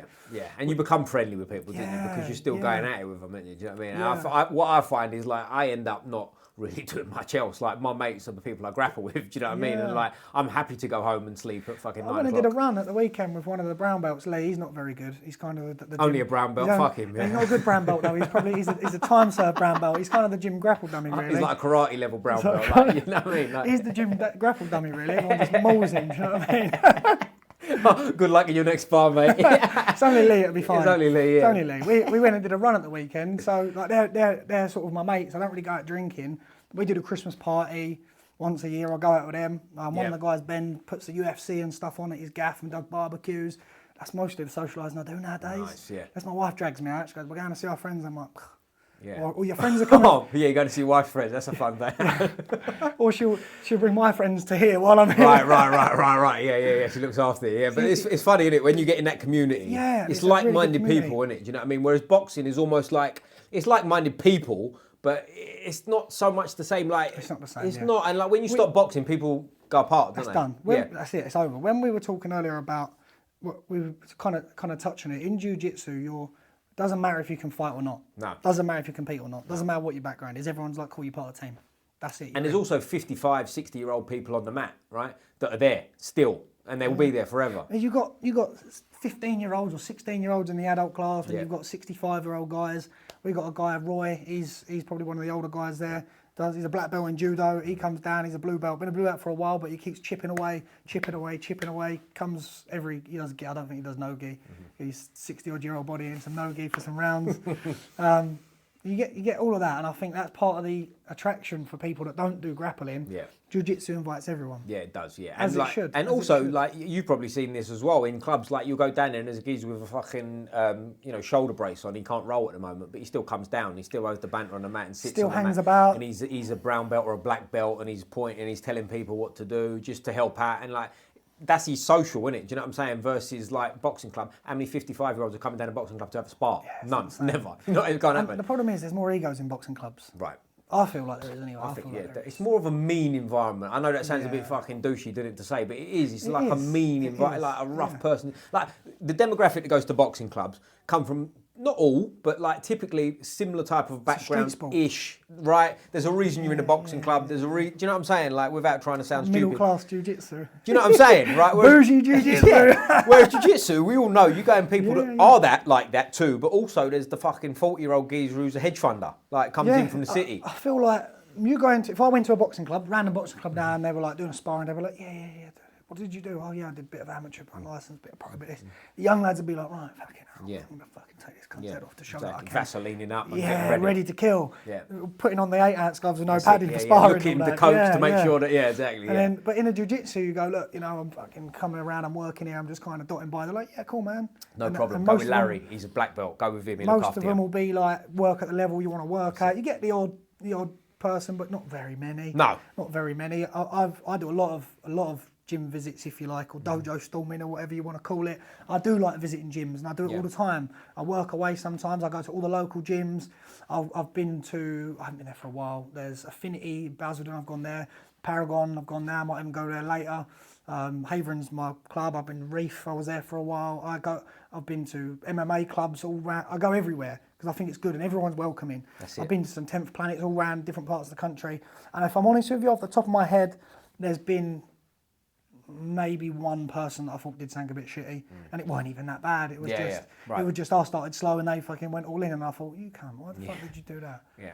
And then you equalise it straight after. That's it. But other than that, everyone has been super welcoming. They always are. But that's the community, mate. Like with this podcast, I'm travelling around all places, not just this country. Like abroad, I've been places, and I've never ever been to a You don't jiu-jitsu need club. sponsorship, man. If you're going on holiday doing a podcast. Well, that's exactly what I do need sponsorship.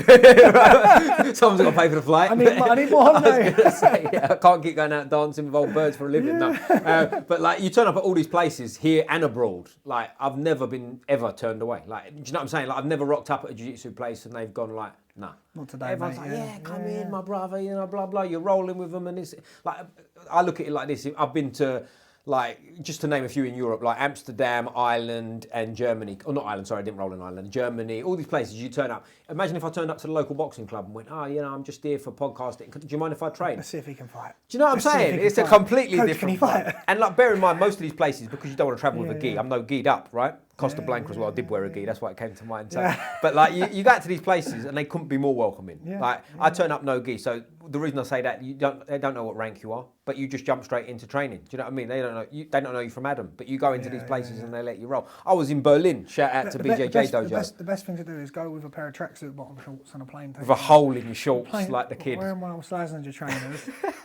Like the kid who's lost his PE Or I kit. wear my judo gi and a white belt. Yeah, Can I exactly. do a trial class in my judo gi? Exactly, right. But I turned up. Judo? Yeah, started 6 months ago. Well, that's it. But like in Berlin, I was there. I was tired. I was off the flight. I had a bit of an injury. Nothing crazy. Anyway, I jumped into sparring. There's black belts there, like, and it was like a little private session. So I've jumped in, and I had about 4 or 5 hard rounds.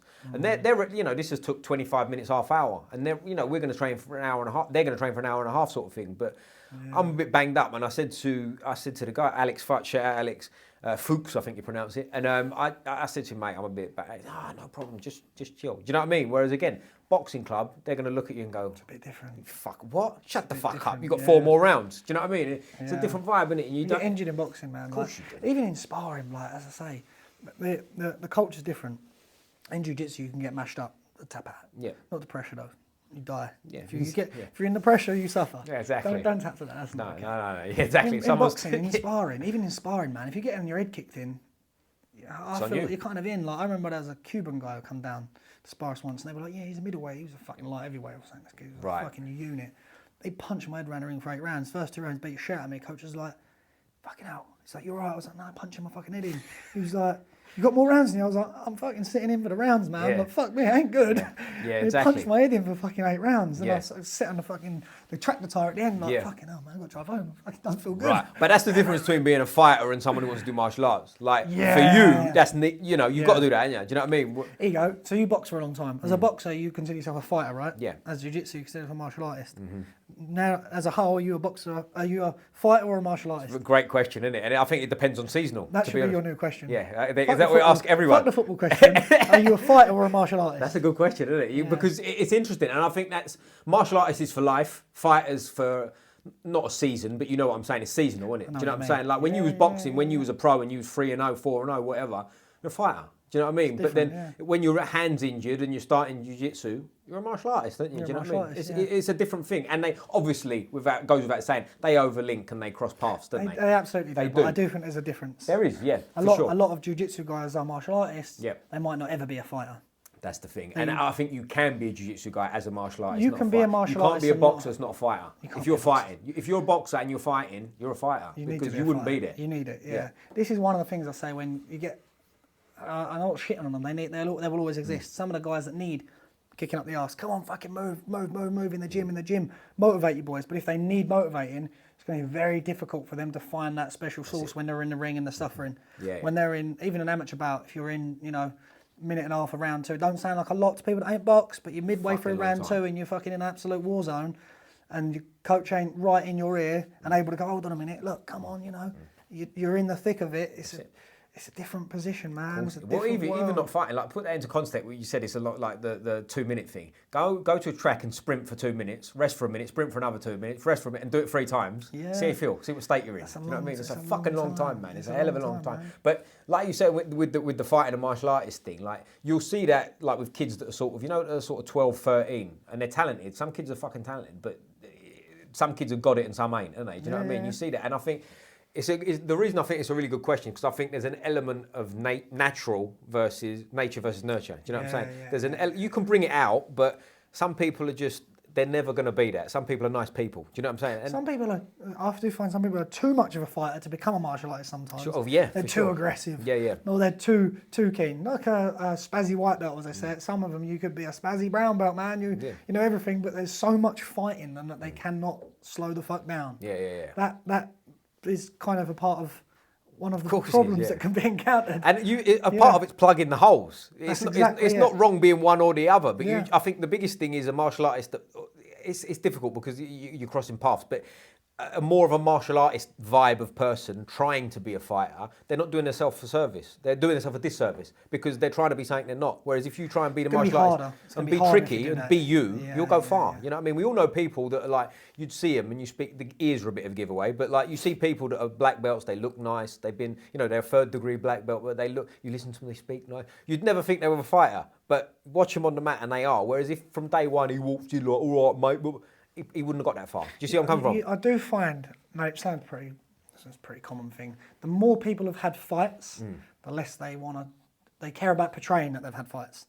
Right. Do you know what I mean? Of course, so exactly what you 100%. say. A black belt, he's easy mashed up, he can really fucking fight, but he'd be like, how you doing, buddy, all right? He'll avoid a confrontation because there is someone that's not really had any fights, they want to show everyone that they can fight, he's all fiery and ready to show everyone that they can fight.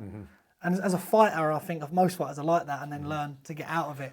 Mate, I was in not this Uber that dropped me off today was lovely. I was in an Uber in Berlin and Uber, the give guy, him a sponsor. shout out Berlin. And the reason I say Berlin because driving on the other side, so that side's my cauliflower ear. Yeah. So the geezer's seen my cauliflower ear and now he's got to tell me every fight he's ever had in his entire life, right? Yeah. So and you're listening to this and when you, like what you're saying, like he's trying to be this and he's trying to be that. I'm thinking, he's probably never had a fight in his life really, is he? Do you know what I mean? He's never really had a Do you fight. know what I still get? And I don't know if jiu-jitsu guys get it or seasoned jiu-jitsu guys get it. I get it all the time.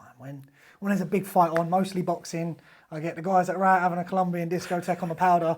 I wake up in the morning the next day, I've got 17 inboxes on my Instagram of geezers just messaging me and be like, yo, Rich, we should train together, I can really fight, you know, blah, blah, blah, or random shit, just random Colombian powder charged conversations. I wake up, I'm like, now, babe, look at this one. Look at this one. There's quite a famous guy, and I'll tell you about him after. It really wouldn't be fair to do it on here. Okay. Because I've had one very recently, actually. Oh, no. And he does it all the time. He knows who he is. He'll probably look at it and think, oh, mate, no, I'm not going to call him out, but he messes me all the fucking time. And I know what he's doing. I know, because it's always 2 o'clock in the morning, 3 o'clock in the morning.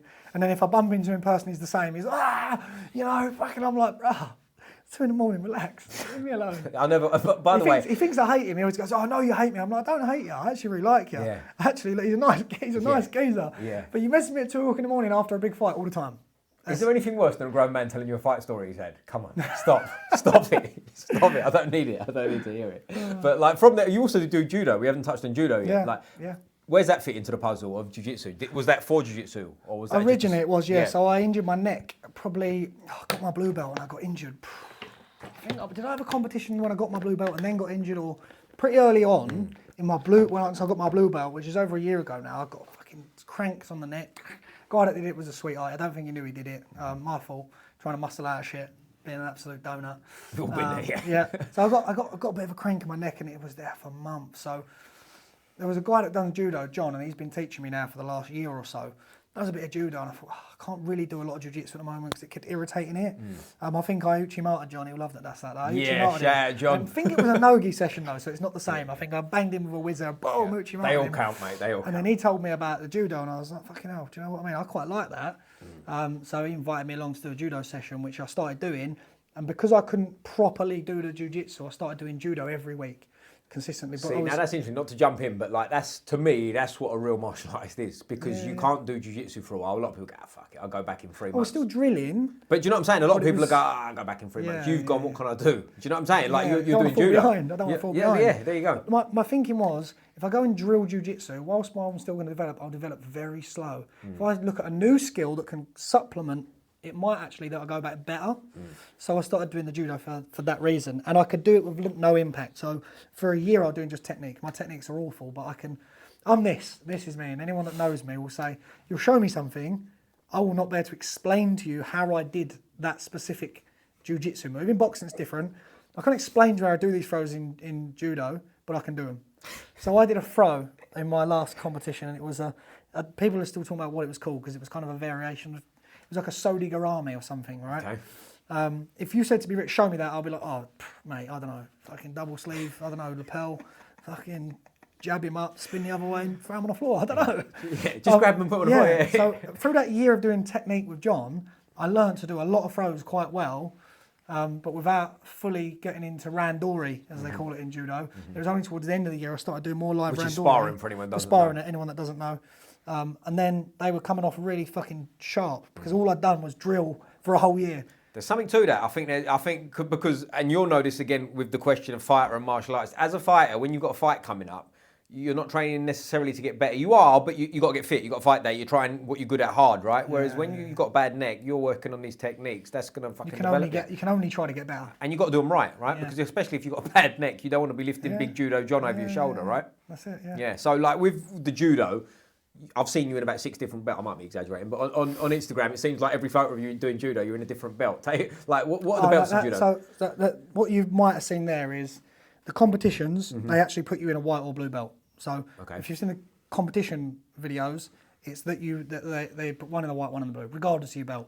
So the competition I entered was, I think, was white to blue or white to brown. Right. But when you compete, you're all wearing the same belt. So blue there, white there.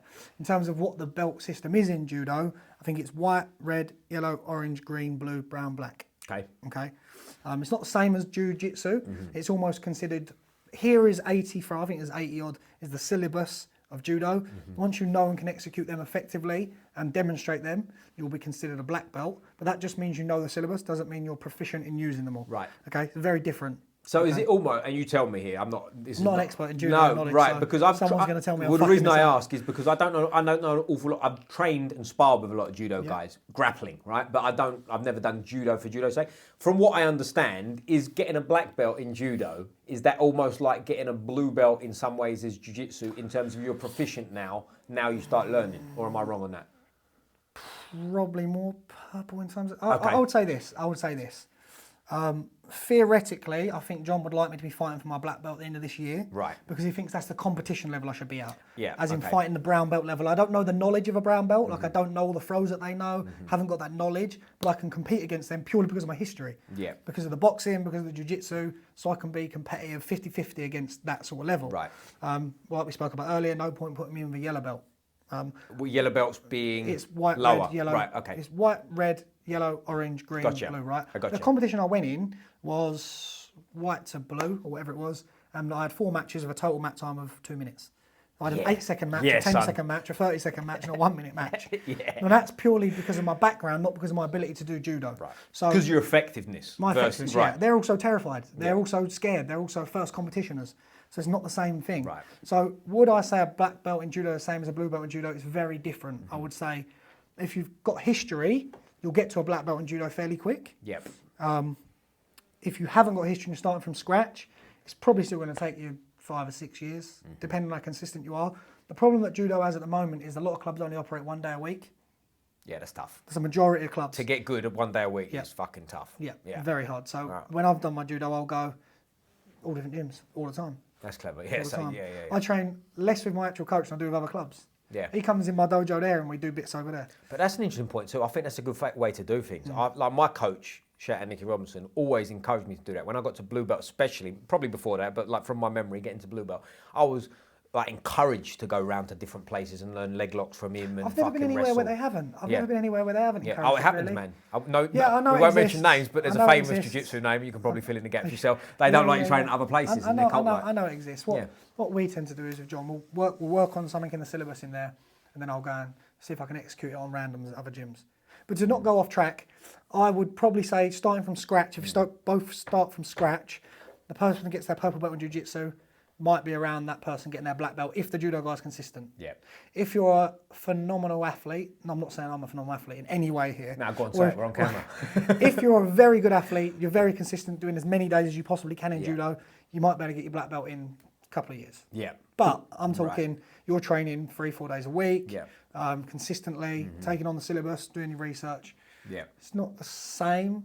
It's different, but you're not considered an expert at black belt in judo. That's more what I was getting at. Point, you explained it better than me. So like when I said blue belt, maybe it's wrong, right? But you are right. I know what you're saying. You get where I'm coming from, right? For anyone who doesn't understand, it's like if you get to black belt in jiu-jitsu, you've like not necessarily like you're a master, you're an expert, but you're at a level where people go, all right, fuck me. You know what I mean? Whereas in judo, the vibe I've got from other people is what you said. Now you're proficient. Now you can sort of like take it on. But the difference, I suppose, there's something that I suppose I've noticed is that and it has been taken in consideration on my judo journey, John talks about it a lot, is the difference in a competition blue belt and a club blue belt or a competition purple belt. For people that don't know or absolutely don't know why you're watching this if you don't but if you've made it this far, you probably do. Stay. A competition purple belt will probably maul a non-competition black belt. For sure. I would say for sure. Do you know what I mean? It's not the same. In judo, there's less competitors, I feel. It's not as popular nowadays. No. Right. You do get competitors. There's a lot more black belts that compete than any other belt. And I could be wrong, someone can call me out on that, it's absolutely fine. From what I see when I look for competitions, you see downgrade competition, downgrade competition, downgrading, downgrade, downgrade. And then every few months there's a... Right, so it's hot, that makes sense, right? So it's tough to do. Whereas jiu-jitsu, you can fucking compete twice a weekend. It's literally like that. And also, one thing I think what you said there about the purple belt and the black belt, I think once you've got to purple belt in jiu-jitsu, like you'll watch people that have got a purple belt having competitive roles with black belts, getting taps, vice versa, and it's almost like a refining stage then, isn't it? Do you know what I'm saying? Do you know what I'm saying? You're fine tuning. If you get to purple belt in jiu-jitsu, like you watch them roll, you should be able to give a competitive, not anyone, because I'm not talking about world-class people, but you know what I'm saying? Anyone in the gym, you should be able to have a roll with at that point. Yeah. Do you know what I'm saying? You'll have an element of control. Yeah. You can slow a spazzy white belt down. Yeah. You can control a black belt and stop them, mauling you. Yeah. Relatively. Exactly. Especially if you compete. And that's a big thing too, And an age thing comes into it too, because like if you're you got into it late and you're a purple belt in jiu-jitsu, you started at 40, you're now 50, you've got 3 kids, you train 3 times a week, sometimes you missed a couple of weeks here and there and whatever. You've got the skill, but there's a 20-year-old... You see the memes, don't you? You see the 25-year-old full-time fighter gearing up to spar the father of 4 financial advisor. Yeah, but what I really like about jiu-jitsu especially, and it's probably the same in judo as well, but like it's about effectiveness. You know people that have been, I know people, no names, but that have been training jiu-jitsu for 12 years, longer than I've been even doing jiu-jitsu, and they're still blue belts. Because they're not good enough to move on. And I believe in that. Do you know what I mean? I believe that's You don't reality. believe in attendance promotions? No, blue belt I can handle. Okay. I believe if you've been there long enough, blue belt I can. Okay, what about this though, right? And it's the fighter, martial artist, right? You will get a, and I've been the athletic blue belt. Yep. That's not as good technically as another blue belt, but far more athletic than another blue belt. But they know a lot more than me. Yep.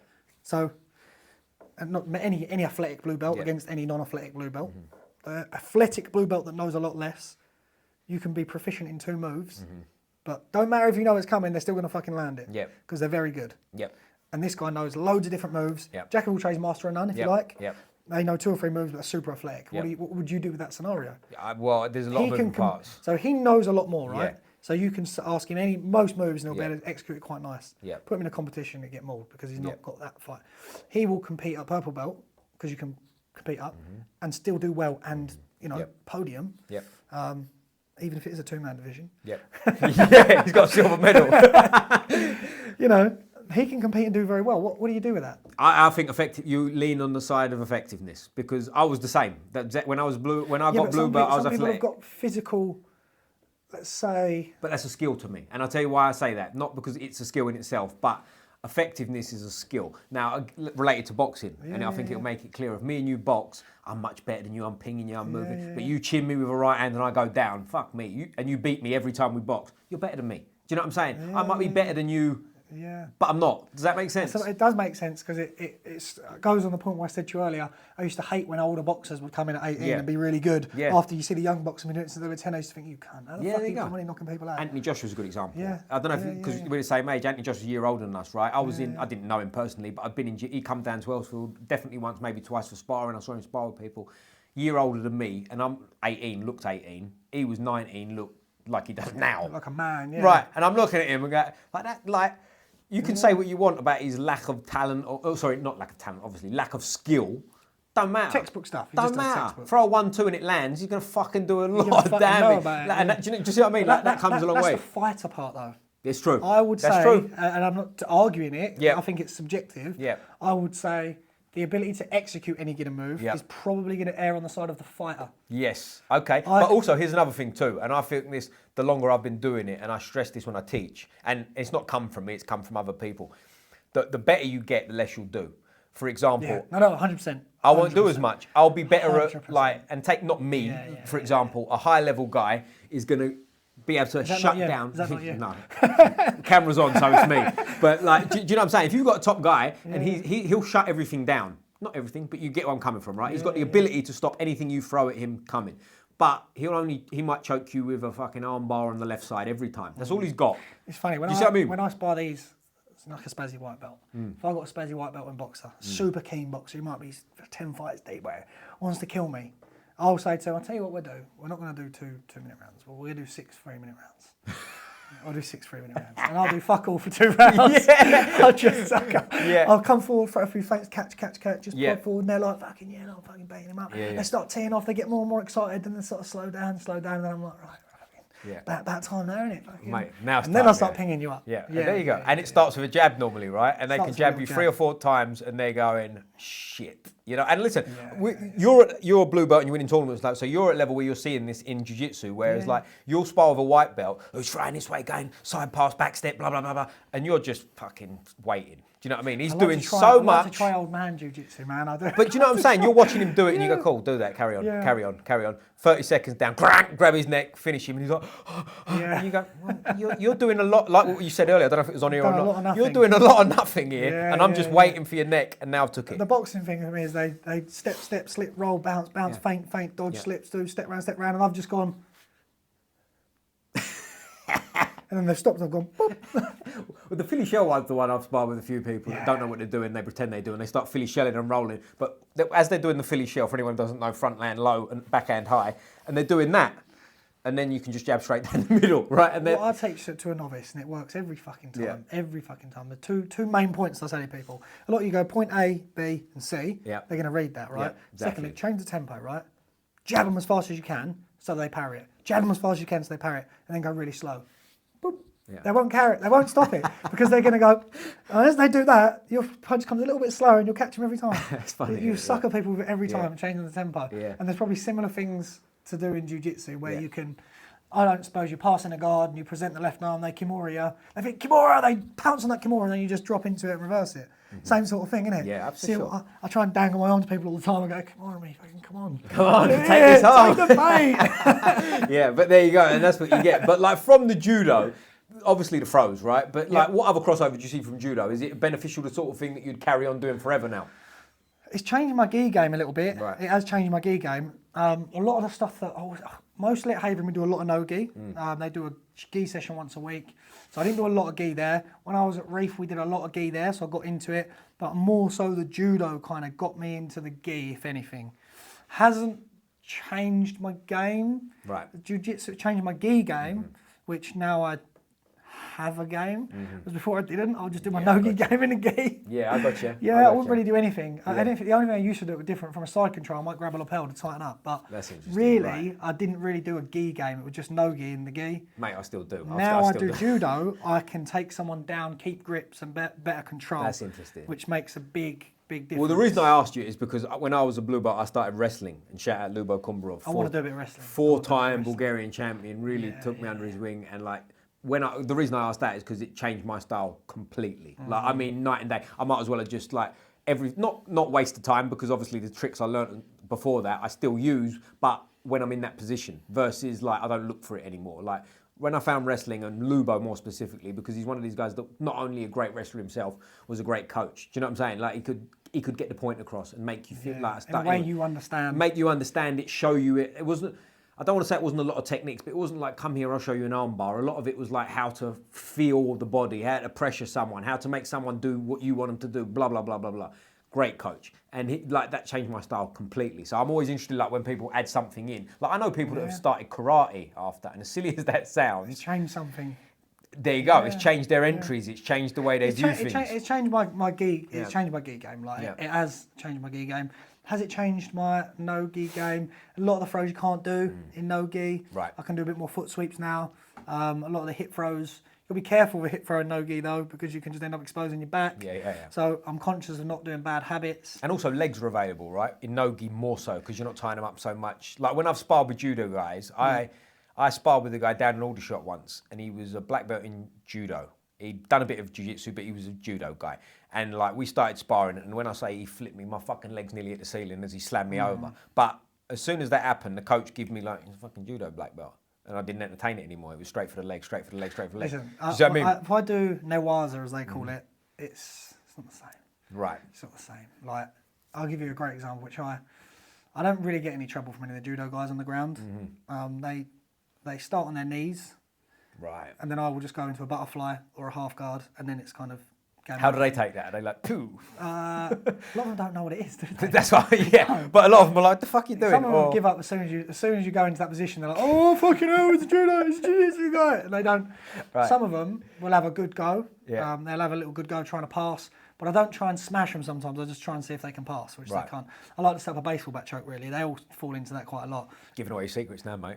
Listen, I've got no judo fans. I've got no fans, so don't worry about it. If anything, my old boxing sponsors might watch. What I do is a lot of this, I go into a little butterfly position, right. Maybe bang a little baseball bat choke, let them pass, and they're like, I've passed a jiu-jitsu guy, and I'm like, yeah. I'll do that. That works quite well against them. Or weirdly enough, you can do scissor sweeps and stuff against them. That's interesting. Yeah. Scissor sweeps work quite well against them. So you don't really get much trouble on the ground. I don't think I've ever been tapped by a judo guy. You've opened a can of worms now, mate. Do you know what's funny? One of my mates, he's a brown belt, and I think he actually just got his points to get his black belt in judo. You have to fight to get your black belt. If you don't know about that, you do a line-up, you have to beat, I think, 5 other brown belts in a row on the same day. And he rang me up. We were just chatting shit, just two mates chatting bollocks. He's like, how'd you get on with, Newaza? I'm like, I've been in Jiu Jitsu for about 3 years. He was like, yeah, but, what about the judo guys? I'm like, yeah, but I've been doing Jiu Jitsu for 3 years. What about them? I'm not being disrespectful, but it's not the same thing, mate. Like, it's not. Right. It's not the same thing. If you get slammed and then they land in like a Kezagatami, is it? That's different because they will hold you there. They're good at it. Yeah. But really, if we start on the ground or you give me any chance, your judo guy's not going to give you a lot of trouble. And he found it hard to believe. I was like, I know you're a brown belt in judo, or a black belt now. It's not jiu-jitsu though. So on the ground, it's not really the same. Right. Very, very different. Right. They're good when they throw you and they land because they will land very effectively in the right position. Yeah. But as long as you do a nice little scramble at the start, probably be all right. Is that right? Yeah. And the problem in training, a lot of them, they don't continue. So it's an ippon as soon as you've got a big throw. Yeah, that's the end. Yeah, that's the end anyway. So they don't go into the groundwork too much. When they do, it's a failed throw. When it's a somewhat failed throw, as a jiu-jitsu practitioner, you'll scramble quickly. So if I was to pick you up now and do any throw, even if I landed it, you're immediately going to look for your exit. So even while you're halfway through the air, you're thinking, right, I know people might not believe it, but you kind of have a moment up there where you're up in the air, your feet are in there, you think, right, I know I'm going to land on my back, probably side control. What the fuck am I going to do to get out of it? What's my next move? Well, it's slow, isn't it? It's almost like time slows down when you're there. Yeah. You know when it's happening. Like they've turned their back, they've got your lapel, and you're like, oh fuck, it's happening. Fuck, he's done me. Yeah. But you're already making a decision on the way down of what you're going to do to escape. And I think jiu-jitsu guys have a bit more of a mindset of that than the judo guys. Not that they haven't. High-level guys will be fantastic on the ground. Remember, I've never fought anyone at super high level. But also, judo guys, as soon as their shoulders touch the floor, that's game done, right? Whereas jiu-jitsu guys just get started, isn't he? So like he wants to be where the judo guys definitely trying to avoid. If you throw someone with speed, power, and control, it's an ippon, match over. Done. Right? Knockout essentially. But if you throw someone that's a bit shitty, they land on their side, you'll continue on the ground for a period of time. Right. Okay. But the action's got to continue, so you might only get 10 seconds to quickly get a position. Okay. Like you throw someone bang on an armbar, you ain't got time to wedge your leg underneath their arm, pull your arm up, tuck your elbow under their head, fucking fiddle. You ain't got time for all that shit. So that's why their game's very different. They'll throw you and strangle you, or they'll throw you and armbar you. When you actually start on the ground and they do training for Newaza, it's different because now I've got time. Right. That's why it's very different. That's why. But I think these specialist arts always have a place if you keep it in context of how you want to use it. Now, the thing I did recently, I spoke about this on here, so if anyone's listened to it, sorry I'm boring you. I did a catch wrestling class. I don't know if you know much about catch wrestling. A couple of my moves, I'll do about 3 moves that are catch wrestling. There you go. Now, I really enjoyed the class and I'm going to go back to it. Some of my favourite moves. Right, and I'm going to start keeping it as part of my thing because it's good. Yeah. Now, the reason I bring that up is because there's holes in it in terms of I had one of the guys in the class, I sort of half took him down and took his back and I could have rear naked choked him. You can't choke. You can only face crank in catch wrestling, right? So as he did it... In judo, you can only choke, you can't crank. Right, so it's the opposite. So, but he sort of sat down and I had his back. And I know I can't choke him, so I'm sort of setting up and thinking what I'm going to do. Yeah. I've got his face turned, so I'm kind of, setting up how I'm going to control it. But because I went on my back, he went pin, boom. He wins that. And I was like, okay. Do you know what I mean? Now, take out that I could have rear naked choked him, doesn't matter. Yeah. But knowing that, the next roll, I'm going, can't go there. And I think there's a big fucking power in that. Do you know what I'm saying? Judo has nuances that are like that. Yes. You have to be very careful of. So if someone was to do... you could do an uchimata, right? Assume you know what an uchimata is, pretty common. You could essentially, right? If I uchimata you big enough and you go over, I'm essentially going to try and do a cartwheel. Yep. I could almost make it a flip, but land my back on your chest. Boom! It's fantastic. Even if it's in jiu-jitsu, probably not. You probably win the person on the bottom enough. But it's not a good practice to land with your back on their chest in jiu-jitsu. And that's just one example. There's many throws where they will present their back. Yeah. You know what an ippon seoinage is? Yes. They'll do drop seoinage. Yep. Super effective throw. Super effective. But you could easily get caught by a good level jiu-jitsu player that might stop that and you get yourself choked out. Yeah. So they're very good throws, super fucking powerful. Don't always cross over perfectly well. Yeah. Maybe I'm just not good at some of them. But there are other ones where if I was to say put a active competitive black belt against an active competitive jiu-jitsu, I might say to the judo guy, if I was trying to help them, if I was you, I would be careful of your turns. Do you know what I mean? You could do an uchimata because you're only on the hip, really. But don't go all the way around because you might throw them, but they're still going to be backpacking you when you fucking land on the ground. I can promise you. So some of it, some of it, no. Yeah. You know, But I think a lot of it is being aware, being like 1980s Someone style. tried to hip on Sianagami in an MMA club once, and it was against the cage. Ooh. And we was here, and I was messing. He's only a young lad. He was about 20 years old, and he was probably about 75 kilos. Yeah. And he was doing what he was doing, and he grabbed me. I'm trying to turn. And I kind of just went. That'll do. Yeah. I just hipped in and stopped him, and I was like, I think I actually. Rear naked choked him while he was stand up and put my legs in him, and he just slid down the cage. And his coach was like, "Why the fuck did you even do that? That was a terrible idea." Yeah. But I do think like the awareness of it, as long as you haven't got like marriage to judo's my everything.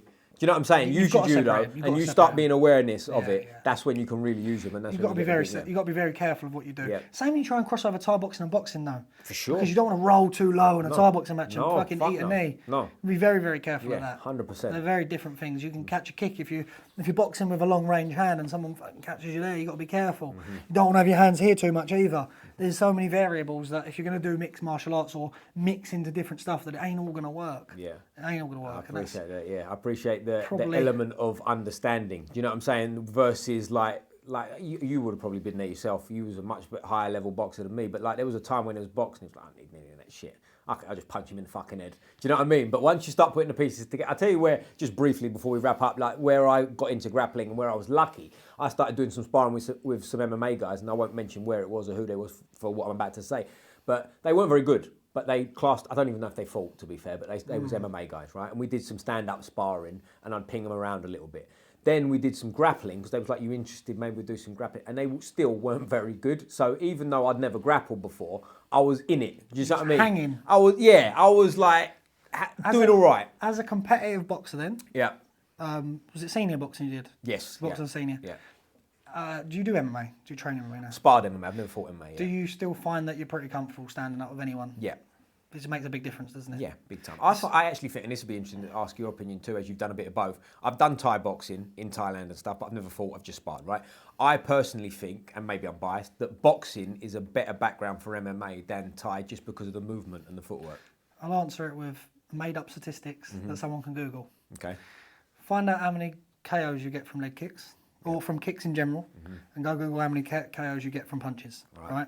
Right, okay. Whenever I go to any MMA club, they throw a lot of hands and the odd kick here and there. You only have to present the idea that you can kick, so make them not want to commit too much to a kick. Yeah. You don't have to kick really well at all. No. And that's not just in MMA. I mean, listen, the MMA collectively is a different beast to doing it all individually. It's a completely different beast. But if I go to a Thai boxing class, I can disguise the fact that I've got very limited. Make no mistake, I'm not like a Thai boxing kicker. I would teep, calf kick, leg kick. That's it. And I'm mostly looking to teep so I can get close enough to throw hands. So when I was doing the Thai boxing, that's all I was really trying to do. Catch an elbow in there from a hook that I'd manipulate into an elbow. If you can do a relatively good calf and leg kick or teep, you can convince them that you're good enough at kicking that they don't want to commit too much to a kick, like the illusion. Do you know what I mean? Yeah, of course. When you do no-gi, you don't know what I don't know. Right. So I could feint an ankle pick. Little do you know, I've never done ankle pick in my fucking life. Right. I don't know how to ankle pick. Yeah. I might not, but you don't know that. No. You think, oh, that cunt's going for an ankle pick. I know he is. Yeah. But you don't know that I can't actually do it. Yeah, so I try shit in Jiu Jitsu I know I can't do to land something else. Right. My club will be like, why is he going for that? I know he can't do that. Because I want him to react a certain way. So it's the same when you're doing your kickboxing and boxing, etc. You only need to give them the illusion that you can kick enough. Yes, that's interesting. And people are more comfortable throwing hands, I guess. Yeah. There's a lot more. That's what's kind of sucking me into the romanticising about having the MMA as well, because I'm confident in my hands, and I don't. Ever since I stopped boxing, I've been sparring here and there, a bit of MMA sparring, a bit of Thai boxing, a bit of boxing, and I've never really had any trouble anywhere in that period of time. And I always think, yeah, I can grapple now. Like, maybe. Like all I got to do is, as long as I can be conservative with my kicks. You know, I would still kick. I'd probably look for mostly kicks at long range, which isn't very popular at that level. And the hands, I'm pretty confident at. And then grappling, you don't know what you're going to get. It's also different grappling MMA. These are me and my thoughts out loud. I sit here and think, should I fucking do it? Should I not do it? And And then some people go, you should do it. And then, Well, somewhat from the outside, I've only met you today. Yeah. I would strongly recommend that you do, because listening to you talk, it sounds like if you don't, by the time you're fucking 50 might and be it's too gutted, late, yeah. you're going to should have done it. Do you know what I'm saying? And I've maybe we'll talk off camera. I've got similar feeling. Maybe we'll do, what do they call that, a skills bout? Maybe me and you We'll do a do a skills skills bout. bout. We'll do a skills Non-scored. bout, that's You it, sell yeah. 150 tickets, I'll get Yeah. my 3 mates that like me. What And we belt are go. you in Jiu-Jitsu? Brown. So it'll be a brown belt Jiu-Jitsu against the blue belt with someone who's more seasoned in the boxing. There you go. It's almost like the Fair grappler fight, and isn't striker. it? Same Yeah. weight, whatever, we'll do it. We'll have it. Nice one. How much you lot paying? Shout out any sponsors, yeah. Shout out anyone that's willing to buy a ticket. But mate, listen, I really appreciate it. This has been Thanks a for fun coming, one. I appreciate no, it. man, this is definitely one that I'd like to do a part 2 at some point, because I've had a Super lot happy of to fun have here, been mate. part of the 100th episode. Brilliant. Sorry if I've ruined the milestone for anyone. No way. No, this really has been a good appreciate it. one. But you might ruin the milestone now and ask you the next question, which I always close on. Which football team do you support? Alright, I've got an answer to that. I don't actually watch football. Couldn't give a shit if they shut the whole of the football season and whatever. Choose your the words fuck it now. is. Choose your words. If they shut everything down, it wouldn't change my life anyway. However, any team that beats West Ham is fantastic. Very good. Chelsea are doing very good. Well done, my Father-in-law guy. supports West Ham, so anyone that beats them. No West Ham here. You won't get that from me. But mate, as I say, I really appreciate it. I always finish with a fist up like this. Squeeze the neck. Boom!